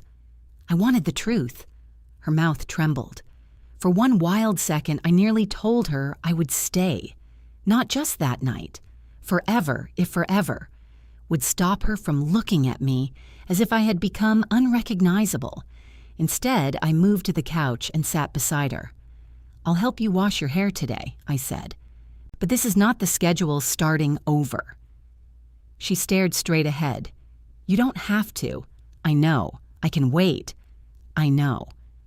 We sat in silence until she leaned toward me, barely an inch. I put my arm around her shoulders carefully. Her body softened against mine. I hate needing help, she whispered. I know. I hated Denise seeing me like that. I know. I don't hate it when you do. The words were almost tender. They were also the entire problem. After her shower, I called the agency from the kitchen. They could send an aide named Patrice for the following week, beginning Monday. Evan agreed by text to pay the bill. Mom refused to speak to the coordinator, so I put the call on speaker until she answered the required questions. Patrice arrived Monday morning with red glasses and a cheerful voice Mom distrusted immediately. On Tuesday night, I stayed as promised. Mom barely spoke to me. She asked Patrice for help even after Patrice's shift had ended, then declined when I offered the same thing. At bedtime, she stopped in the guest room doorway. You've made your decision? Yes. And nothing I say will change it? Not this time. She nodded slowly. You always were stubborn. I got it from you. She almost smiled again. On Wednesday, Evan came before work to bring groceries. Mom introduced Patrice as the aide Mara hired after she got rid of Denise. Patrice raised one eyebrow but kept unpacking towels. Evan waited until Mom went to the bathroom. Did you really tell her next Sunday? Yes. What happens Monday? You happen. His laugh held no humor. I can't be here every day, then hire people who can. She won't let me. Welcome to the part where her choice costs you something. He looked toward the hallway. This feels like revenge. No, revenge would be letting everyone keep saying you paid while I watched you actually do it. What is it then? I picked up my laptop bag, the truth catching up. Evan stared at me. You've been waiting to say that. No, I've been waiting for you to understand it. Mom called from the hallway. I need help with my sweater. Patrice looked up from the stack of towels she was folding. I'm coming, she said. Mom appeared in the doorway. Her sweater was already on. I meant Mara. Patrice lowered the towel. What's wrong with it? I asked. The collar is crooked. It isn't. It feels crooked. Evan reached over and flattened the back of the collar. There. Mom touched it. You made it worse. Patrice looked at the ceiling. I picked up my laptop bag. I'm leaving. Of course you are, Mom said. Evan gave me a look that said, not now, as if a better time for my boundary would arrive after Mom had stopped objecting to it. I left anyway. Patrice survived the week, though Mom seemed determined to make the achievement difficult. On Thursday, Mom called me at 9:15. She put my sheets in the dryer. That's generally where wet sheets go. They're cotton. Dryers accept cotton. They shrink. Those sheets are 8 years old. If they were going to shrink, they'd be handkerchiefs by now. Mom lowered her voice. She doesn't understand this house. Then explain the house to her. I have, she argues. In the background, Patrice said, I'm standing right here, Miss Bennett. Mom's voice became bright. Mara, I'll call you later. She hung up. At 11, Patrice texted me. Your mom is fine. Sheets remain full size. I sent back a laughing face, then erased the thread so Mom wouldn't see it if she picked up my phone. Half a second later, I wondered why I was still protecting her from a joke she had created. Friday afternoon, the agency coordinator called to confirm that Patrice's temporary assignment would end that day. Any extension would need to be authorized by the client or the responsible family contact, she said. I'm not the responsible family contact anymore. There was a pause filled with keyboard tapping. We have you listed as primary. Please remove me. The request felt more serious than it was. She asked for Evan's number, repeated it back, and said they would contact him. Your mother may still call you, she warned. I know. Clients don't always recognize a change in family contact. My mother recognizes changes. She just considers them suggestions. The coordinator laughed, then caught herself. Good luck, she said. Sunday morning, I washed the sheets on the fold-out chair and folded them into the linen closet. I packed the clothes I had left in Dad's old office, including the soft gray cardigan Mom had asked me to leave. She watched from the doorway. You don't have to strip the room. I'm taking my things. You act as if you'll never stay again. I'm not planning to. What if there's a storm? Then I'll check the weather. What if I'm sick? You call your doctor. What if it's the middle of the night? You call the person scheduled to be here. There is no person scheduled to be here. That's what you and Evan were supposed to arrange. Mom crossed her arms. I don't want strangers sleeping in my house. Then Evan can sleep here. He has a house. So do I. She looked toward the suitcase on the chair. You've changed. Yes. I didn't mean it as a compliment. I know. In the guest room, the brass bell still sat beside the bed. I picked it up. Leave that. Where do you want it? Right there. You can't reach it from bed. I'll move it later. I set it within reach, beside her lamp and lip balm.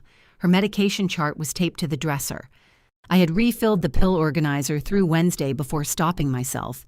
I was supposed to be done, yet my fingers still moved automatically through her systems, creating future comfort before she could ask. I removed the Thursday through Sunday pills and put the bottles back in the drawer. Mom saw me. What are you doing? Leaving the rest for Evan. You already had them out. I was doing it without thinking. So finish. No, that's childish. It's practice. She followed me into the kitchen where Evan was examining the contents of the refrigerator. "There's nothing to eat," he said. "There are chicken breasts, soup, eggs, salad, and half a meatloaf," I told him. "Nothing fast. Eggs are fast. Not when Mom wants them poached." "I don't require poached eggs," Mom said. "I enjoy them." Evan closed the refrigerator. "I talked to the agency," he said. Mom stiffened. "I told you I'm finished with them." "You can't be finished with help." "I have you." He looked at me. I lifted my suitcase. "No, you don't."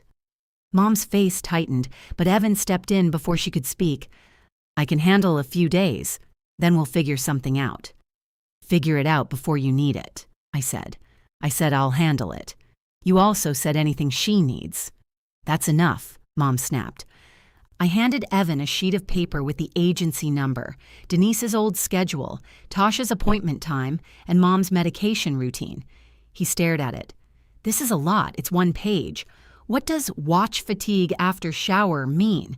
"It means she says she's fine, then gets shaky 20 minutes later." "I don't get shaky." "You sat on the bathroom floor last Thursday." I lowered myself. Patrice had called it a controlled sit. Mom had called it checking the grout. Evan folded the paper and put it in his pocket. "You can go," he said to me. "I've got her." The confidence in his voice irritated me, even though it was exactly what I had demanded. Mom turned away. I carried my suitcase to the front door. Nobody followed me. At home, I unpacked everything instead of leaving the suitcase half open on the bedroom floor. Aaron watched from the doorway while I hung the soft cardigan in the closet. "That looks serious," he said. "I brought all 4. "All 4 what?" "Gray cardigans." He counted them. "I only see 3. 1 is charcoal." "Of course." He smiled, but he was careful about it. For weeks our conversations had been built around Mom, and neither of us knew what would occupy the space if we removed her. We ordered Chinese food and watched a movie. Halfway through, my phone rang. "Mom." I paused the movie. Aaron looked at me. "I'm not going over there." "You already paused it." I let the call go to voicemail. 10 seconds later, she called again. What if something happened? Evan is there. He said he might leave after dinner. You don't know if he did. The phone stopped, then started a 3rd time. I answered. "What's wrong?" "Nothing is wrong. I wanted to know whether you took my blue scarf." "No, the silk one." "I know which scarf." "I can't find it."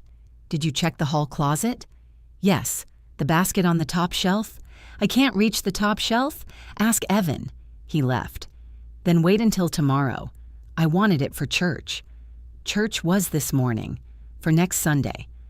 I closed my eyes. "Mara?" she said. "Yes? You sound angry. I'm watching a movie with my husband. You didn't have to answer." I looked at Aaron. "No," I said. "I didn't." I ended the call and restarted the movie. I had no idea what happened during the next 20 minutes because I was imagining Mom alone in the house, reaching for shelves. Monday morning, she called at 7:02. I let it ring. At 7:07, she called again. At 7:15, Evan texted. "Mom says you're not answering." I wrote, "I start work at 8. What does she need?" He replied, "Compression socks." I wrote, "In bathroom drawer. She can put them on with the sock aid Denise left." 3 dots appeared. "What is a sock aid?" I sent him a link to a video and joined my meeting. At 8:45, Evan called. I declined it. At 9, he called again. I answered after Leonard finished discussing the monthly close. "What? How do you get these things on?" "Watch the video." I watched it. "Then follow it." She says it hurts. Ask if the top band is folded. Mom's voice sounded in the background. "It is not folded." "It's folded," Evan said. "I don't like the way you're doing it." "Mara, she won't let me touch her foot. I can hear both of you." Evan lowered his voice. "Can you come by?" "No. You could work here." "No. I have to get to a job. And I have to work." Mom said something I couldn't hear. Evan sighed. "Fine. I'll figure it out." He did. At noon, he sent a photograph of Mom's ankles. Both socks were on, though one was slightly twisted. "Evidence," he wrote. I sent back. "Good job." By Tuesday, he had taken 3 business calls from Mom's kitchen, burned a pan of oatmeal, and discovered that her definition of light laundry included changing the guest room bedding. Mom called me to complain that he had washed a red washcloth with her pale towels. "They're pink," she said. "They'll survive. They look cheap. Buy new ones. You sound exactly like him." It was the first time she had ever used Evan as the unfavorable comparison. On Wednesday morning, he called me from his truck. "I'm losing my mind." "Morning." She waited until I put my boots on to tell me she needed a shower. Sounds right. I told her I'd come back tonight. She said she hadn't washed her hair since Patrice left. She can wash it at the sink. She says she can't bend. She doesn't need to bend. The faucet pulls out. She says it splashes. It does. He was quiet for a moment. "Why does she do that? Do what?" "Wait until I'm leaving. Because if she tells you early, you can plan around it. If she tells you late, you have to choose her. That's messed up. It's lonely. Those aren't opposites." I leaned back in my desk chair. "No," I said. "They aren't." He exhaled slowly. "I called the agency." "And?" "They can send Patrice tomorrow. Mom won't like that. She doesn't have to like everything." I almost asked who he was and what he had done with my brother. "Are you paying?" I said. "Yes." "Directly?" "Yes, Mara." I gave them my card. "What did Mom say?" "That she doesn't need some stranger coming in." "And what did you say?" His truck door opened. I heard traffic. I told her she can't fire people and then expect you to appear. I waited. "That's all?" I asked. "No." Then she cried. "What did you do?" "I hired Patrice anyway." "You hired her while Mom was crying?" "I hired her after Mom stopped crying long enough to tell me she'd rather go without a shower than have Patrice back. That sounds like her. She said you would come if she really needed you." My hand tightened around the phone. "What did you say?" "I said that was exactly why you weren't coming." I didn't answer. "Mara, I'm here. Did I say it wrong?" "No." His voice softened. "She's not going to forgive me." "She will." "You're you." That doesn't sound like a compliment anymore. It was never a compliment to me. He absorbed that without arguing. Patrice arrived Thursday at 8. Evan drove over before work to make sure Mom let her inside. At 8:10, Mom called me. "Your brother has brought that woman back. That woman has a name. Apparently my wishes mean nothing now. Your wish was to have me provide the care for free. My wish was not to be ordered around in my own house. Then don't fire people without a backup plan. I had a plan. You had an assumption." She went silent. In the background, Patrice said, "Good morning, Mara." "Good morning, Patrice." Mom lowered her voice. "She is listening to my private conversation. You're in the same room. I'm in my living room." "Where is she supposed to go?" Patrice called. "I can step into the kitchen, but you'll just raise your voice." I covered my mouth. Mom said, "This isn't funny." "No, it's a little funny. I don't recognize you lately." "I'm beginning to." She hung up. Patrice stayed 3 mornings a week. Evan paid the agency directly and called me after the first charge appeared on his card. "That's for 12 hours?"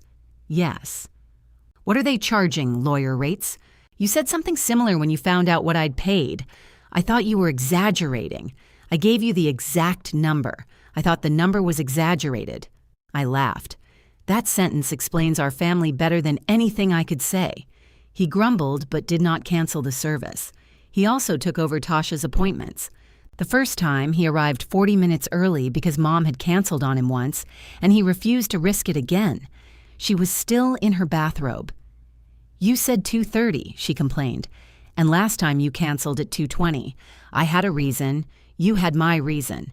It belonged to me. I heard about the exchange from both of them. Evan told it as a victory. Mom told it as evidence he had become controlling since getting involved with my sister. She said my sister as if I were a woman he had met in an online group devoted to undermining mothers. At work, the monthly close passed without a single correction from Leonard. He sent me a message that said, "Nice work," and I stared at it longer than necessary. I had forgotten how good competence felt when it belonged to me.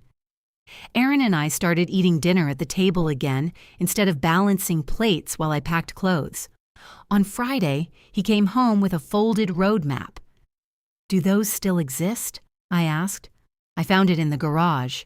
He opened it across the kitchen island. The paper crackled like something historical. "What are we doing?" "Finding somewhere we can go for one night without you saying it's too far from your mother." "I don't say that." He looked at me.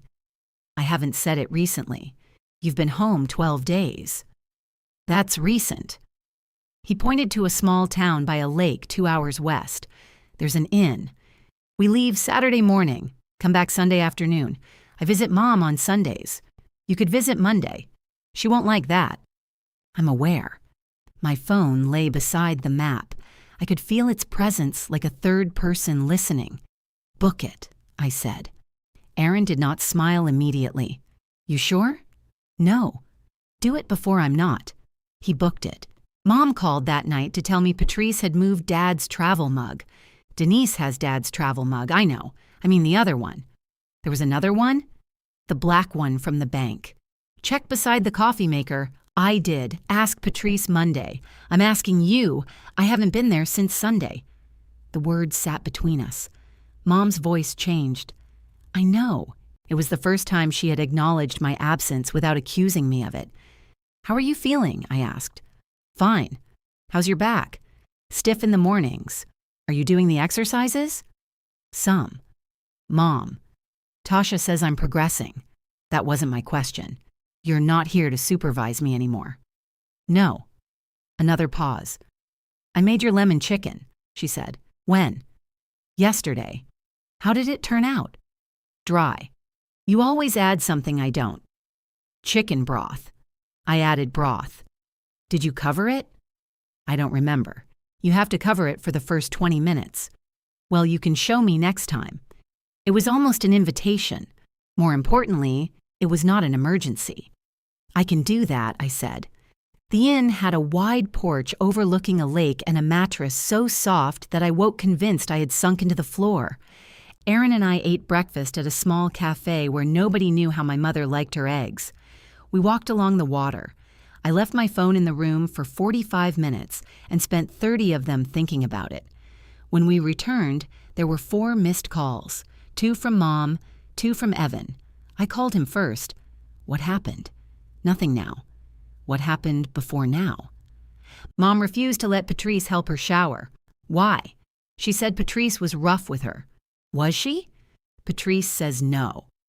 "Mom says Patrice grabbed her arm." My stomach tightened. "Did she bruise her?" "No." I checked. "You're sure?" "I know what a bruise looks like." "Did Patrice explain?" "She reached for Mom because Mom stepped backward on the wet mat." That sounded plausible. It also sounded like the kind of moment Mom could experience as a loss of control rather than protection. "Where is Patrice?" "She left." "Did Mom fire her?" "She tried." I sat on the edge of the inn's bed. Aaron stood by the window, watching the lake. "What does that mean?" "It means she told Patrice not to come back, and I told her she doesn't get to do that. You can't force her to keep an aide." "I know, but she can't fire somebody every time they tell her no, and then call you." Mom's voice sounded behind him. "I called because she hurt me." Evan said, "You called Mara before you called me, and I was driving here. She understands." "No," he said. "She gives in." I felt the words in my chest. Mom's voice sharpened. "That is a terrible thing to say about your sister. It's what you count on." Silence followed. I should have felt defended. Instead, I felt exposed. "Put me on speaker," I said. "You're on speaker." "Of course I am." Mom said, "I don't want Patrice touching me." "Okay." Evan made a frustrated sound. "Mara. She gets to decide who touches her." "Thank you," Mom said, "but she doesn't get to decide that I replace Patrice." Mom's relief vanished. "I never asked you to. You called 4 times. I was upset. Then call because you're upset. Don't turn being upset into a job for me." Aaron looked over at that. Mom's voice dropped. "I could have fallen." "Then you need an aide you trust." I trusted Denise. Call her. She doesn't want to come back. Did you ask? I'm not chasing after someone. Then interview someone else. Evan said, the agency can send a different person Tuesday. Mom snapped, I am not a package being handed from woman to woman. No, I said. You're an adult choosing among imperfect options. That sounds like something Aaron would say. It's something I said.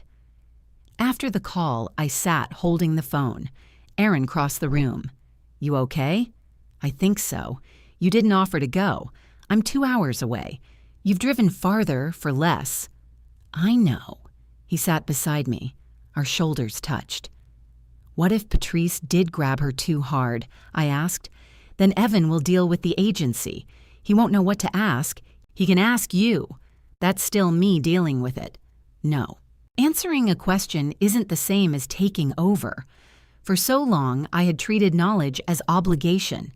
If I knew where the batteries were, I had to replace them. If I knew which questions to ask, I had to make the call. If I knew Mom was lonely, I had to become company. Aaron took the phone from my hand and set it on the dresser. Come back outside, he said.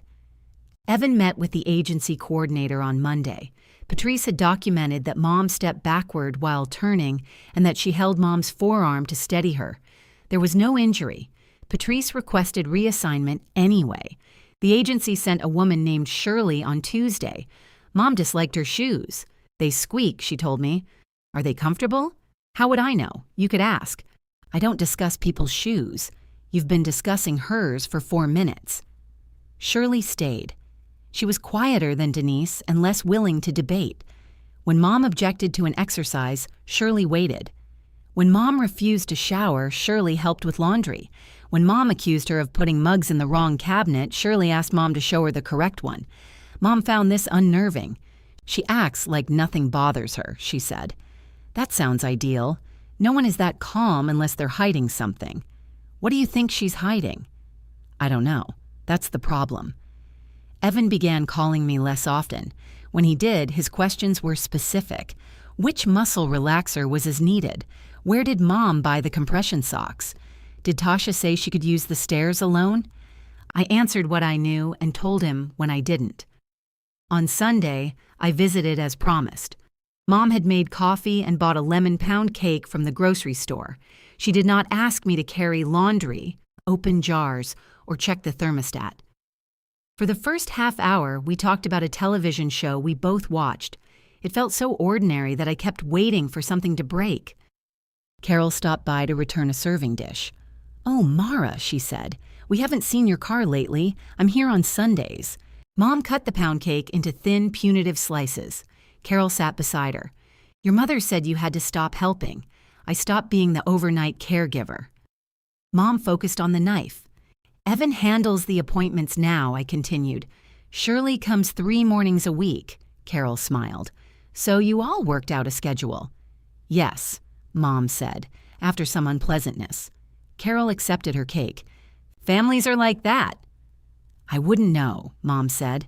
The comment floated over the table, looking for somewhere to land.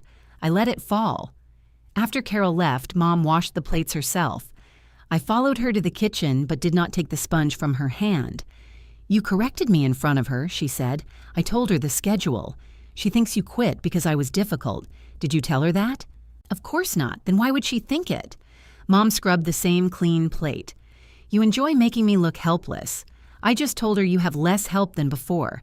You made Evan sound like some kind of saint. I stared at her. He takes you to appointments. Because you refuse.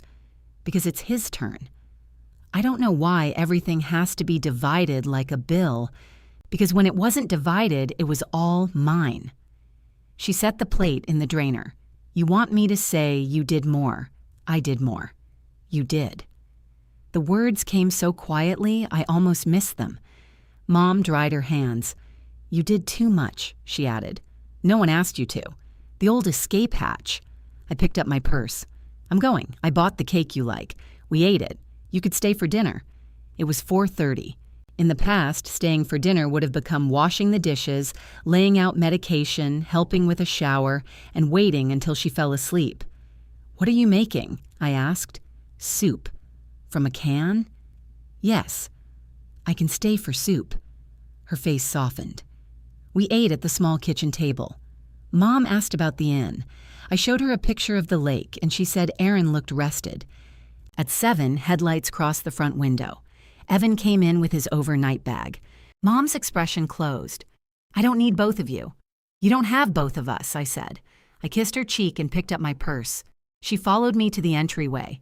You don't have to run off the minute he arrives. I'm not running. I stayed for dinner. I thought you might stay a little longer. I'll call Wednesday. Her hand moved as if she might catch my sleeve, then stopped. Behind us, Evan set the brass bell on the coffee table. I found this in the guest room, he said. Do I need to know something? Mom looked at me. I opened the front door. She'll show you, I said, and left. At 9:42, Evan sent me a picture of the bell. Why is this a thing? I wrote, family heirloom. At 10:17, she rang it because she wanted the heat up 1 degree. At 11:03, she rang it to ask if I turned the heat up. At 11:46, I'm throwing it away. I smiled at my phone. Don't. She'll know. At 2:08, another message appeared. How did you do this every night?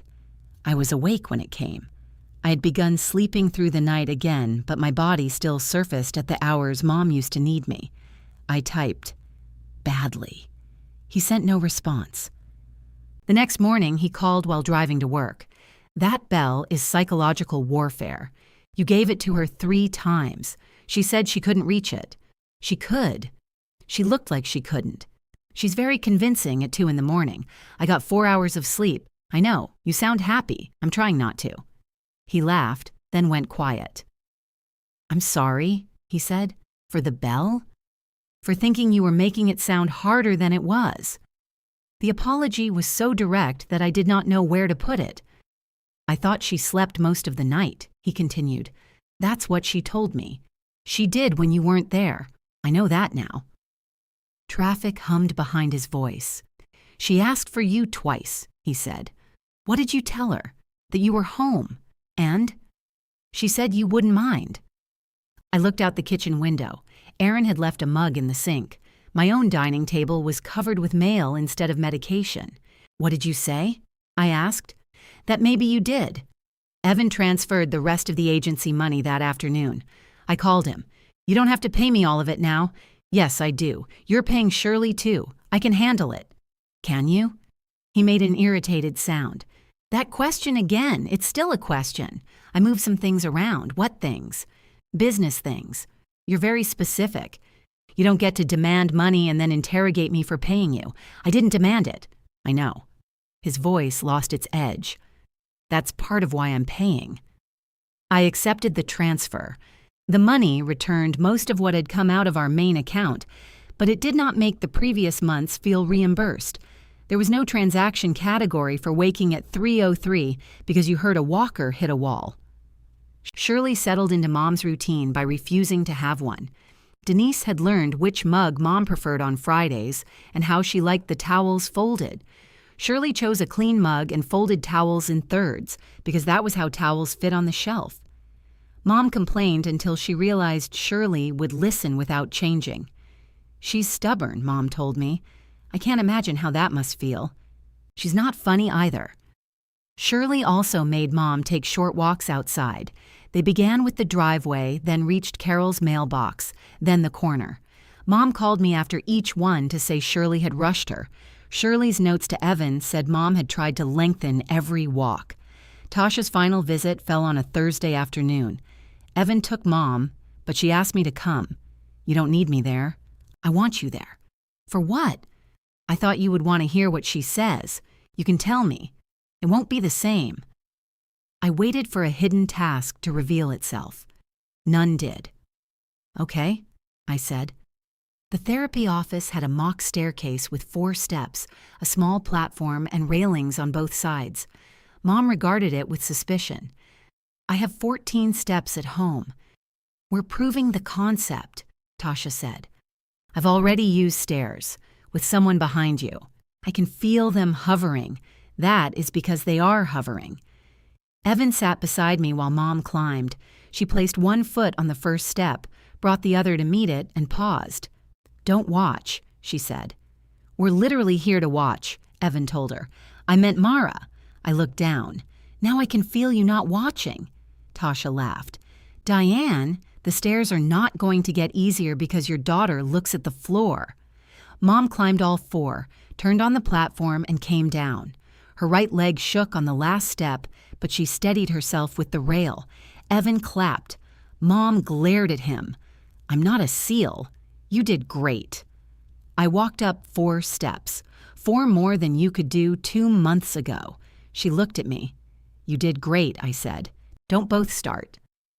Tasha cleared Mom to use the stairs at home once a day as long as she used the railing and did not carry anything.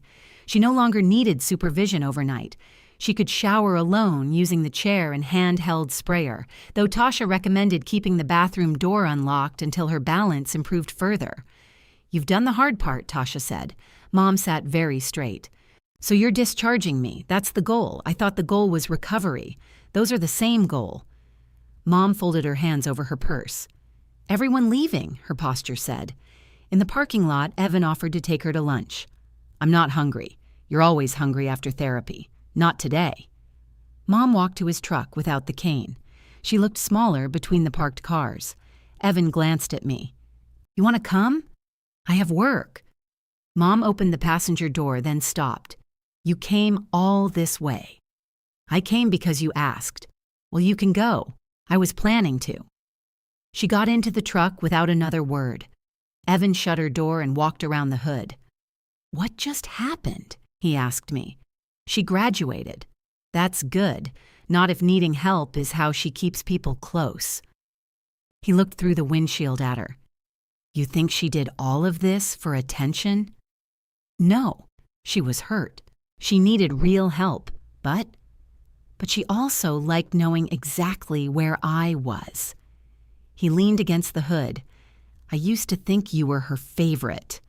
I laughed so loudly Mom turned her head inside the truck. "Why? You knew everything. Dad's medications, her doctors, where they kept the spare key.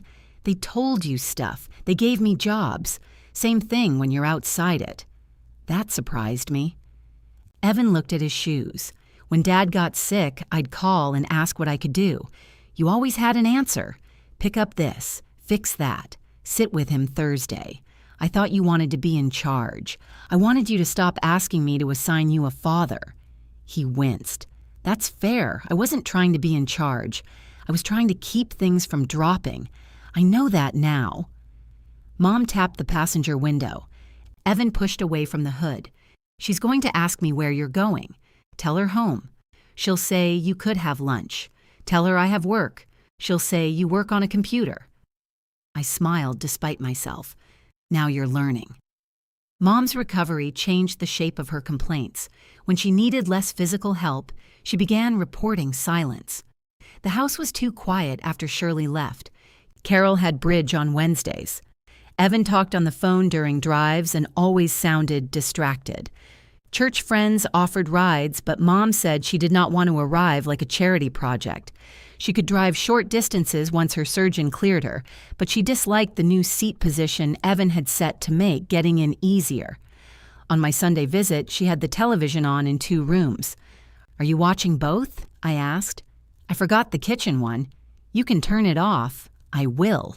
She didn't. I made coffee. She brought out lemon cookies and arranged them on a plate with the cracked one turned toward herself. "Do you miss having people here?" I asked. "People are here." "You know what I mean. I don't miss being treated like an invalid." That wasn't the question. She broke the cracked cookie in half. "I like knowing someone would hear me. At night. All the time." I waited. "After your father died, I could go 3 days without anyone touching me," she said. "Do you know that?" "No." "Why would you? You could have told me." "And then what? You would schedule a hug?"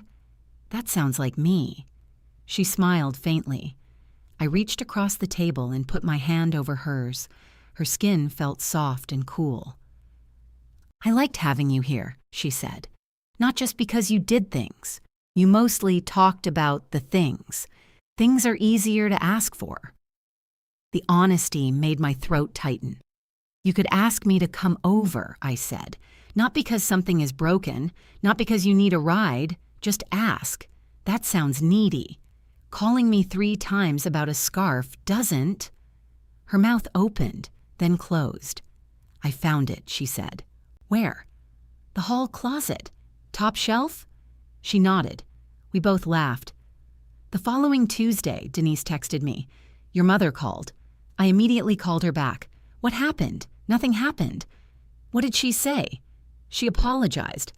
I sat up straighter at my desk. My mother? Unless there's another Diane Bennett with strong opinions about towels? What kind of apology? The kind with a long introduction explaining why she was justified. That sounds right. But she got there eventually. What did she apologize for? Saying I made her unsafe. She said she was embarrassed that I saw her lose her balance and angry because I was right about reducing the hours. I rubbed my forehead. Did she ask you to come back? No. She asked if I wanted to have coffee. And I said yes. You did. I like her. I just don't work for her anymore. Denise laughed. She also asked whether I was using the travel mug. She gave it to you. I told her that. What did she say? She said she knew. Mom and Denise had coffee Thursday afternoon. I heard nothing about it until Sunday, when I saw Dad's travel mug drying beside the sink. You took it back? I asked. No. Denise brought me coffee in it, and I washed it. She's coming back? For coffee, not work. Mom turned the mug upside down on a towel. She understands the difference. The remark had enough edge to be familiar, but not enough to cut deeply. I helped her prepare lemon chicken. She covered the baking dish for the first 20 minutes. When I reached for the salt, she slapped my hand away and said, "Bacon rules applied." We ate at the kitchen table. Your birthday is next month, I said. I'm aware. What do you want to do? Nothing big. That means something big. I thought we could have dinner here. Who cooks? We can. We. You said you wanted me to ask you to visit without inventing a broken appliance. I did. So I'm asking. She looked almost nervous. Will you come early and cook with me? Yes. Evan can bring the cake. Why does he get the easiest job? Because the last one he chose himself was chocolate with coconut. You hate coconut. Exactly. She smiled. Then she reached across the table, not for the serving spoon or the salt, but for my hand. Stay for coffee? She asked. It was already 8. Evan was not coming. Shirley's hours had been reduced to 2 mornings a week, and Mom was cleared to be alone. I could leave without endangering her. I could stay without surrendering. Okay, I said. 1 cup. 1 cup became 45 minutes, but it remained 1 cup. Mom did not invent a second pot or ask me to change the sheets before I left. She walked me to the front door under her own power and stood beneath the porch light while I crossed the yard. Text when you get home, she said. I always do. You forgot last Sunday. I was angry last Sunday. You can be angry and still text. That may be the most reasonable thing you've said all year. She rolled her eyes, but she smiled. I texted from my driveway. She responded with a thumbs up, followed a minute later by a complaint that the thumbs up looked sarcastic. The next weeks were not a clean transformation. Mom did not wake one morning grateful, self-aware, and delighted by towels folded in thirds. She still saved tasks for the person she believed would do them best. She still praised Evan in complete sentences and thanked me with observations about my competence. But the system had stopped running automatically. When she called me because the kitchen faucet was making a noise, I asked whether water was leaking. No. Then mention it to Evan when he comes Tuesday. You know more about plumbing than he does. My brother is a contractor. He hires plumbers. Perfect. He knows one. The faucet waited until Tuesday. Nobody died. When she asked Evan to move a planter and he said he would do it after lunch, she called me at 11:30 to mention that the planter was still in the sun. I'm not there. You could remind him. He's in the room with you. He's on a call. Then the plant can spend another 20 minutes outdoors. It's an orchid.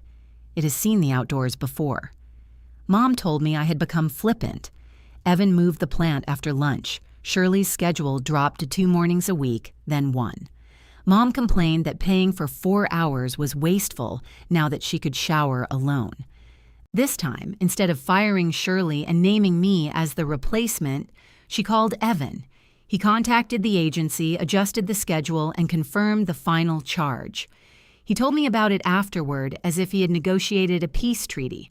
She wanted to cancel today, he said. I told her Shirley should come through the end of the month. Why? So Mom doesn't decide she's fully recovered and climb a ladder. Reasonable. I'm learning. Slowly. You could say good job once. Good job.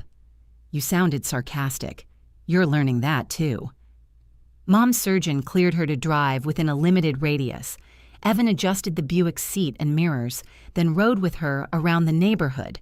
She returned furious because he had gripped the door handle every time she braked. He's very nervous, she told me. He worries. The words came out in her voice. We both heard it. Mom looked at me across the kitchen. You don't have to make everything a point. I didn't mean to. You did a little. I did a little. She poured coffee into Dad's old ceramic mug, the one with the faded cardinal on it. Your brother has tried, she said. So have I. I know. The answer arrived without resistance. Small enough to miss, large enough to change the room. One afternoon she called while I was working. I'm having a bad day. What happened? Nothing happened. My back aches. Did you take anything? Yes. Did you call the doctor? It's the normal pain. Do you want me to come? No. I waited. I just didn't want to sit here alone with it, she said. I looked at the reports on my monitor. I had a meeting in 20 minutes. Tell me what it feels like. She described the ache, the stiffness, and the fear that she would never move without thinking about every movement. I listened. I did not troubleshoot. I did not open the pharmacy app or grab my keys. After 10 minutes, she said, it's easing. Good. You have work. I have 14 minutes. We talked about a squirrel that had torn open Carol's birdseed bag. When my meeting started, I ended the call. That evening, I brought soup. Mom opened the door and looked surprised. I told you not to come. You told me you didn't need me to come. I wanted to. There was a difference. We were both still learning it. Her birthday planning began with the phrase, nothing big, and grew into 3 kinds of potatoes. I thought we were making lemon chicken, I said. We are. Why do we need mashed, roasted, and scalloped potatoes? Carol doesn't like garlic. Leave garlic off one tray. Denise likes scalloped. Did you invite Denise? I said she could stop by. That means yes. I thought you liked her. I do. I'm calculating chairs. We have chairs. You have 4 dining chairs. There are folding chairs in the garage. Dad threw those out. He would not have thrown out perfectly good chairs. He did after one collapsed under Uncle Ray. That was Ray's fault. He was sitting. He dropped into chairs. I added folding chairs to the list. Mom had invited Carol, Denise, Shirley, Evan, Aaron, and me. 7 guests, counting the birthday woman, which qualified as intimate by normal standards, and a state dinner by hers. She wanted the dining room curtains washed. No, I said. They're dusty. Then don't invite anyone to climb them. She wanted the silver polished. Use the stainless flatware. It's my birthday, polish the silver. My wrists still hurt. Then use the stainless. She called Evan. He called me 10 minutes later. Why am I polishing silver? Because it's her birthday. She says you refuse. I do. She said you're cooking. I am. That seems harder. It is. So why don't I cook? Because you bought lobster rolls for a woman on a restricted diet. I can follow a recipe. Great. Trade you. He considered it. I'll polish the silver. The division of labor went into the group text. Evan handled cake, wine, folding chairs, and the silver. I handled the main dish and one kind of potato. Mom handled the salad and accepted, after 27 messages, that bread could come from a bakery. She tried calling us separately to modify the arrangement. Evan redirected every request to the group. Mara, Mom wants green beans. I wrote, "Mom is in this chat." Mom replied, "I know I'm in this chat." Then, I thought Evan could pick them up. Evan wrote, "Adding green beans to my list." I stared at his message. "Do not reward this," I wrote. He sent a laughing face. The Saturday before the dinner, Evan dropped off 4 rented folding chairs at my house because his truck would be full of supplies the following day. He came inside for coffee and stood awkwardly in my kitchen as if he had never seen where I lived. He had, just not recently. Aaron was repairing a loose hinge on one of the cabinets. Evan watched him tighten a screw. "You know I could fix that." Aaron looked over his shoulder. "You were 90 minutes away." Evan laughed. "I hear that's not an obstacle in this family." The joke landed softly, but it landed. We sat at the island. Evan wrapped both hands around his mug. "I didn't realize how much this took from you two," he said. Aaron glanced at me before answering. "It took what Mara gave it." I knew what he meant. So did Evan. "I should have been around more," he said. "Yes," Aaron said. "There was no cruelty in it. There was also no rescue." Evan nodded. After Aaron left to buy cabinet screws, my brother looked around the kitchen. "You guys still going to Maine?" "We're looking at September. You should go." "We intend to. I can handle Mom. You can share handling Mom with the people she pays." He smiled. "Right." For a minute, neither of us spoke. Then he said, "I liked her version." "What version?" "The one where I paid for the nurses." My fingers tightened around my mug. I didn't know she was telling people that until the lunch. But when she said I was taking care of everything, I didn't ask what everything meant. No. She made it sound like the grab bars were the big thing. Like the rest was appointments and you bringing dinner sometimes. You wanted to believe that? Yeah. The honesty took some of the pleasure out of accusing him. He looked down. "I bought an orchid and 4 pieces of metal. She talked about me like I'd built the hospital. She likes a clean story. So do I. You weren't the only one." He looked up. "I liked being the person who knew everything," I said. "Not the work, but being necessary." "That sounds awful." "It is." "Then why?" "Because if they need you, you don't have to wonder if they want you." The sentence belonged as much to Mom as it did to me. Evan absorbed it. "I'm sorry," he said. "Not just about the money. I should have called you sooner. You shouldn't have had to call." "No, I should have, but you should have noticed." Fair. It was not perfect absolution.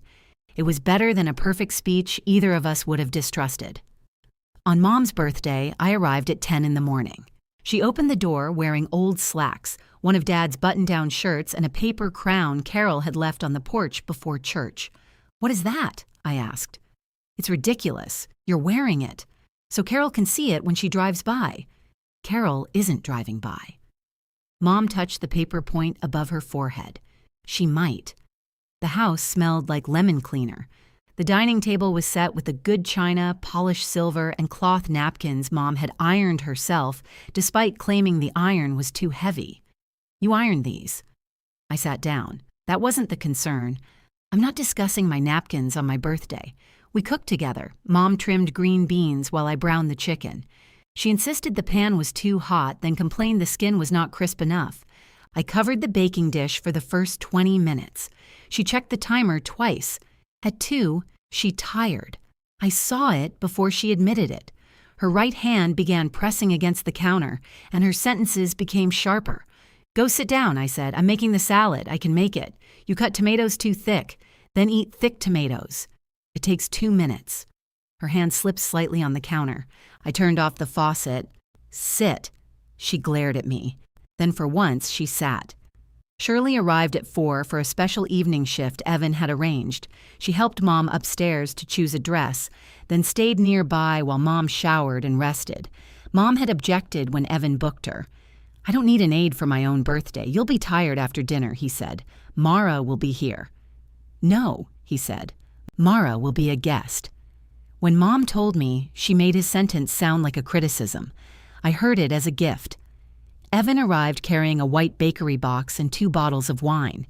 He had bought lemon cake with raspberry filling, Mom's favorite.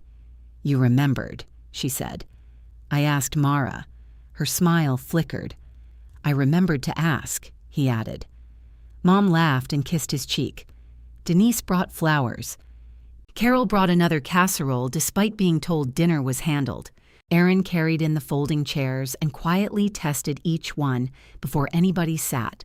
Shirley came downstairs in navy scrubs, while Mom descended behind her wearing a blue dress and holding the railing. Everyone looked up. Mom paused on the last step. "Don't clap," she warned. Nobody did. She crossed the room without a cane. At the table, Evan poured wine. Denise complimented the chicken. Mom told her I always added broth and then looked at me as if checking whether she had given too much away. Halfway through dinner, Carol lifted her glass. To Diane, who looks wonderful, and to the family who got her back on her feet. Mom smiled. Then Carol turned to Evan, and especially to this one. "Your mother told everybody how you made sure she had the best care money could buy." The room went quiet. Evan set down the wine bottle. Mom looked at him, then at me. Evan cleared his throat. "Actually, Carol, I didn't." Carol's glass remained raised. "Didn't what?" "I didn't arrange the care." Mom touched the stem of her wine glass. "You paid for it." "Later," he said. "Not at first." Carol slowly lowered her arm. Evan nodded toward me. "Mara found the agency. She paid them for the first 6 weeks. She was here every night, too." Denise added, "And most of the day." "While working," Aaron said. I looked at him. He was cutting a green bean into very small pieces, his eyes on his plate. Carol's cheeks turned pink. "Oh." Diane made it sound, "I know what she made it sound like," I said. Mom's fork clicked against the china. "Well, the whole family pitched in." "No," I said. Evan looked at me. There was no warning in his expression this time, only attention. I folded my napkin beside my plate. I carried it alone until I stopped. Mom's mouth tightened. "Mara, it's my birthday. I'm not trying to ruin your birthday. It seems like an unusual way to celebrate it." Carol raised a glass to Evan for something he didn't do. "Again, I'm telling the truth." Carol reached across the table and touched my wrist. "I'm sorry, I didn't know." "You didn't know because Mom didn't tell you." The room became painfully detailed. I could hear the refrigerator cycle on in the kitchen. A drop of wine had dried near the base of Evan's glass. One of the rented folding chairs squeaked beneath Aaron, though he was not moving. Mom looked at Denise, then Shirley, as if one of them might provide a professional interruption. Neither did. Evan sat back. "She's right, Mom. I said everyone helped." "Eventually," he said. "But Mara did it first. I was recovering from major surgery. I don't understand why we're having an accounting seminar over dinner. It isn't about the bill," I said. "You have been talking about that bill for months, because it was the only part with a number." Mom looked at me. I had spent years imagining what it would feel like to make her see me. In those fantasies, the right words changed her face immediately. She understood everything, apologized without defense, and somehow returned all the nights and choices I had spent. The real moment was quieter. She looked old, proud, cornered, and angry that the corner had been built from her own sentences. I almost rescued her. Then she glanced at Evan, and he did not rescue her either. Her eyes came back to mine. "Yes," she said. Nobody moved. Mom's voice was barely above the hum of the refrigerator. "You carried it alone." Something inside me released so gradually that I did not know it had happened until I took a full breath. Mom turned toward Carol. Denise was my home care aide after the surgery. She was very good, though we had disagreements. Denise lifted her glass. "Several." "Shirley helps me now," Mom continued. "One morning a week. Evan pays the agency, takes me to appointments, and stays when I need someone overnight. He also knows how to put on compression socks," I said. "Not well," Mom replied. Evan pointed his fork at her. "They were on your feet. One was twisted. It was my first attempt. It showed." Carol gave a cautious laugh. Denise joined her. The tension did not disappear, but it cracked enough to let us breathe. Mom looked at me again, and Mara did everything before the rest of us understood how much everything was. It was not a polished sentence. It was better because I knew it had cost her something to say. Carol raised her glass again. To Mara, then.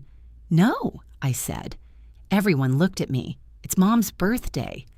Mom studied my face, then lifted her own glass. "To accuracy," she said. Evan laughed first. We drank. Dinner resumed awkwardly, then less awkwardly. Carol asked Shirley how she liked working with Mom. Shirley considered her answer. "Ms. Bennett keeps me attentive." "That's diplomatic," Denise said. "I'm a professional." Mom pretended to be offended, but she was smiling. Evan brought out the cake. The icing was pale yellow with raspberry-colored flowers around the edge. He had asked the bakery to write "Happy Birthday, Diane," then apparently changed his mind at the counter because "birthday" had been squeezed into a space meant for 6 letters. Mom examined it. "The writing is crooked." "You're welcome," he said. I didn't say I disliked it. "You led with crooked." I was observing. He put candles around the edge. "How many?" Mom asked. "Not 73. "Good. 7 for the decades and 3 because I like fire. You own a construction business. You should have more respect for fire. I have excellent insurance." Aaron looked at me. I laughed. We sang. Mom closed her eyes before blowing out the candles.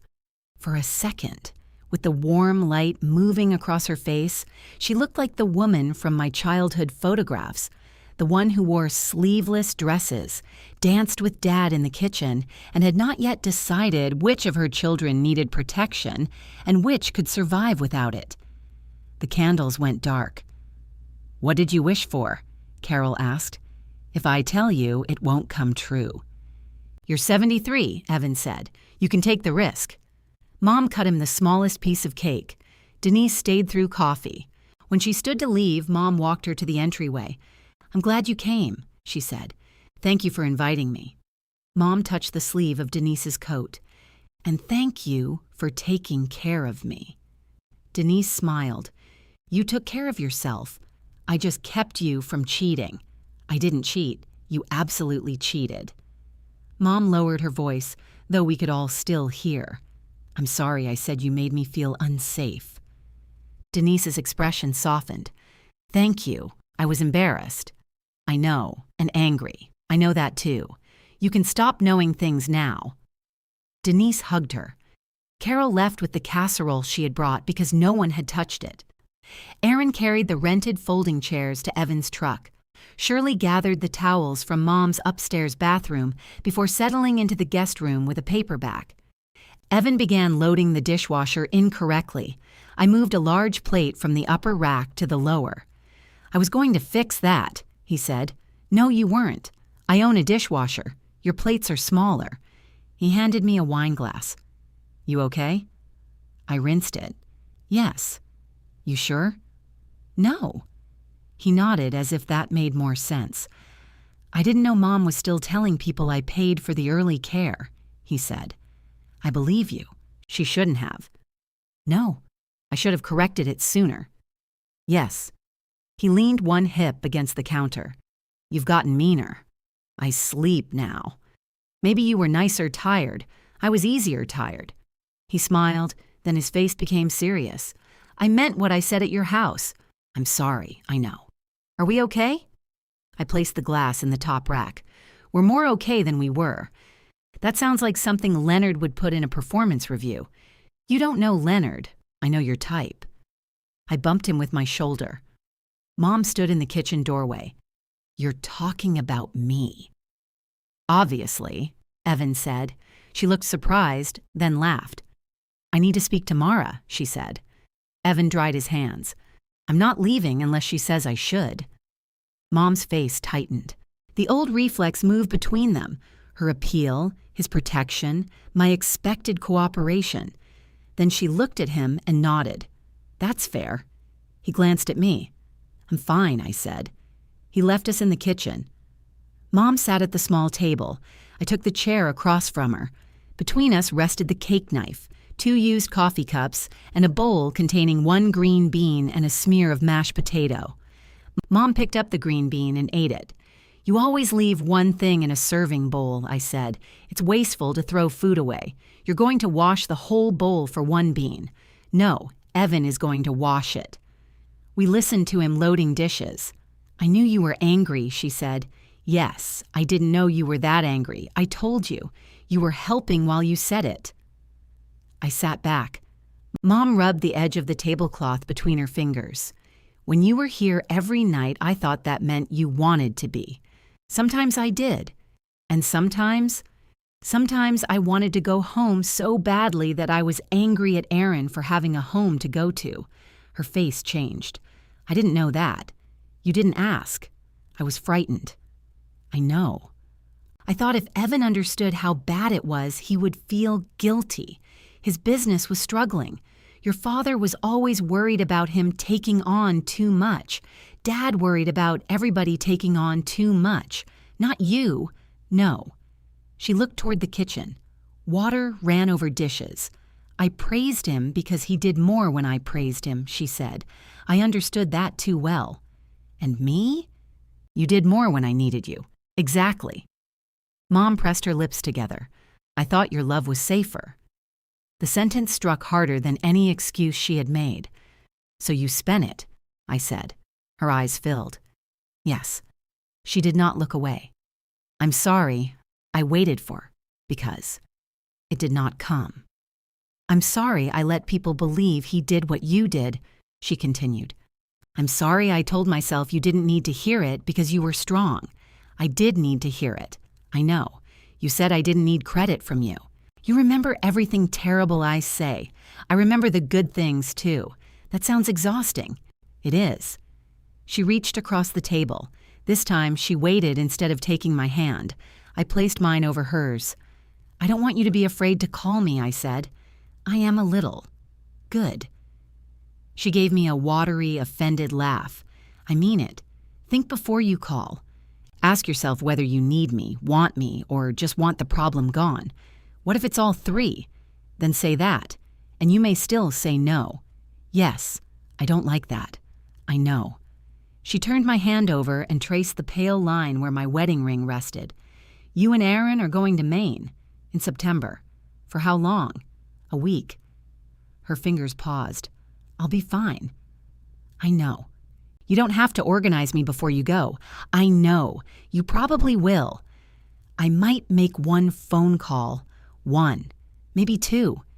She squeezed my hand. From the kitchen, Evan called, "Where does the large platter go?" "The cabinet above the refrigerator," Mom and I answered together. He groaned. Mom smiled.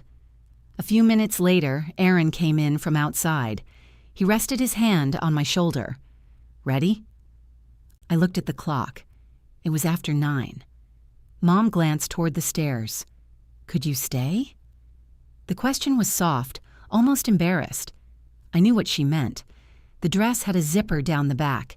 The evening had tired her, and bedtime still carried memories of the weeks when standing alone had frightened her. I kissed her cheek. "I can stay for 1 more piece of cake." Her eyes moved toward the hallway. "But Shirley's here tonight," I said. Mom looked at me for a long moment. Then she nodded. "All right." Evan cut 3 thin pieces of cake. Aaron poured the last of the coffee. Mom moved her chair closer to mine, and I stayed until the plates were empty. Then I picked up my purse, kissed her goodnight, and left.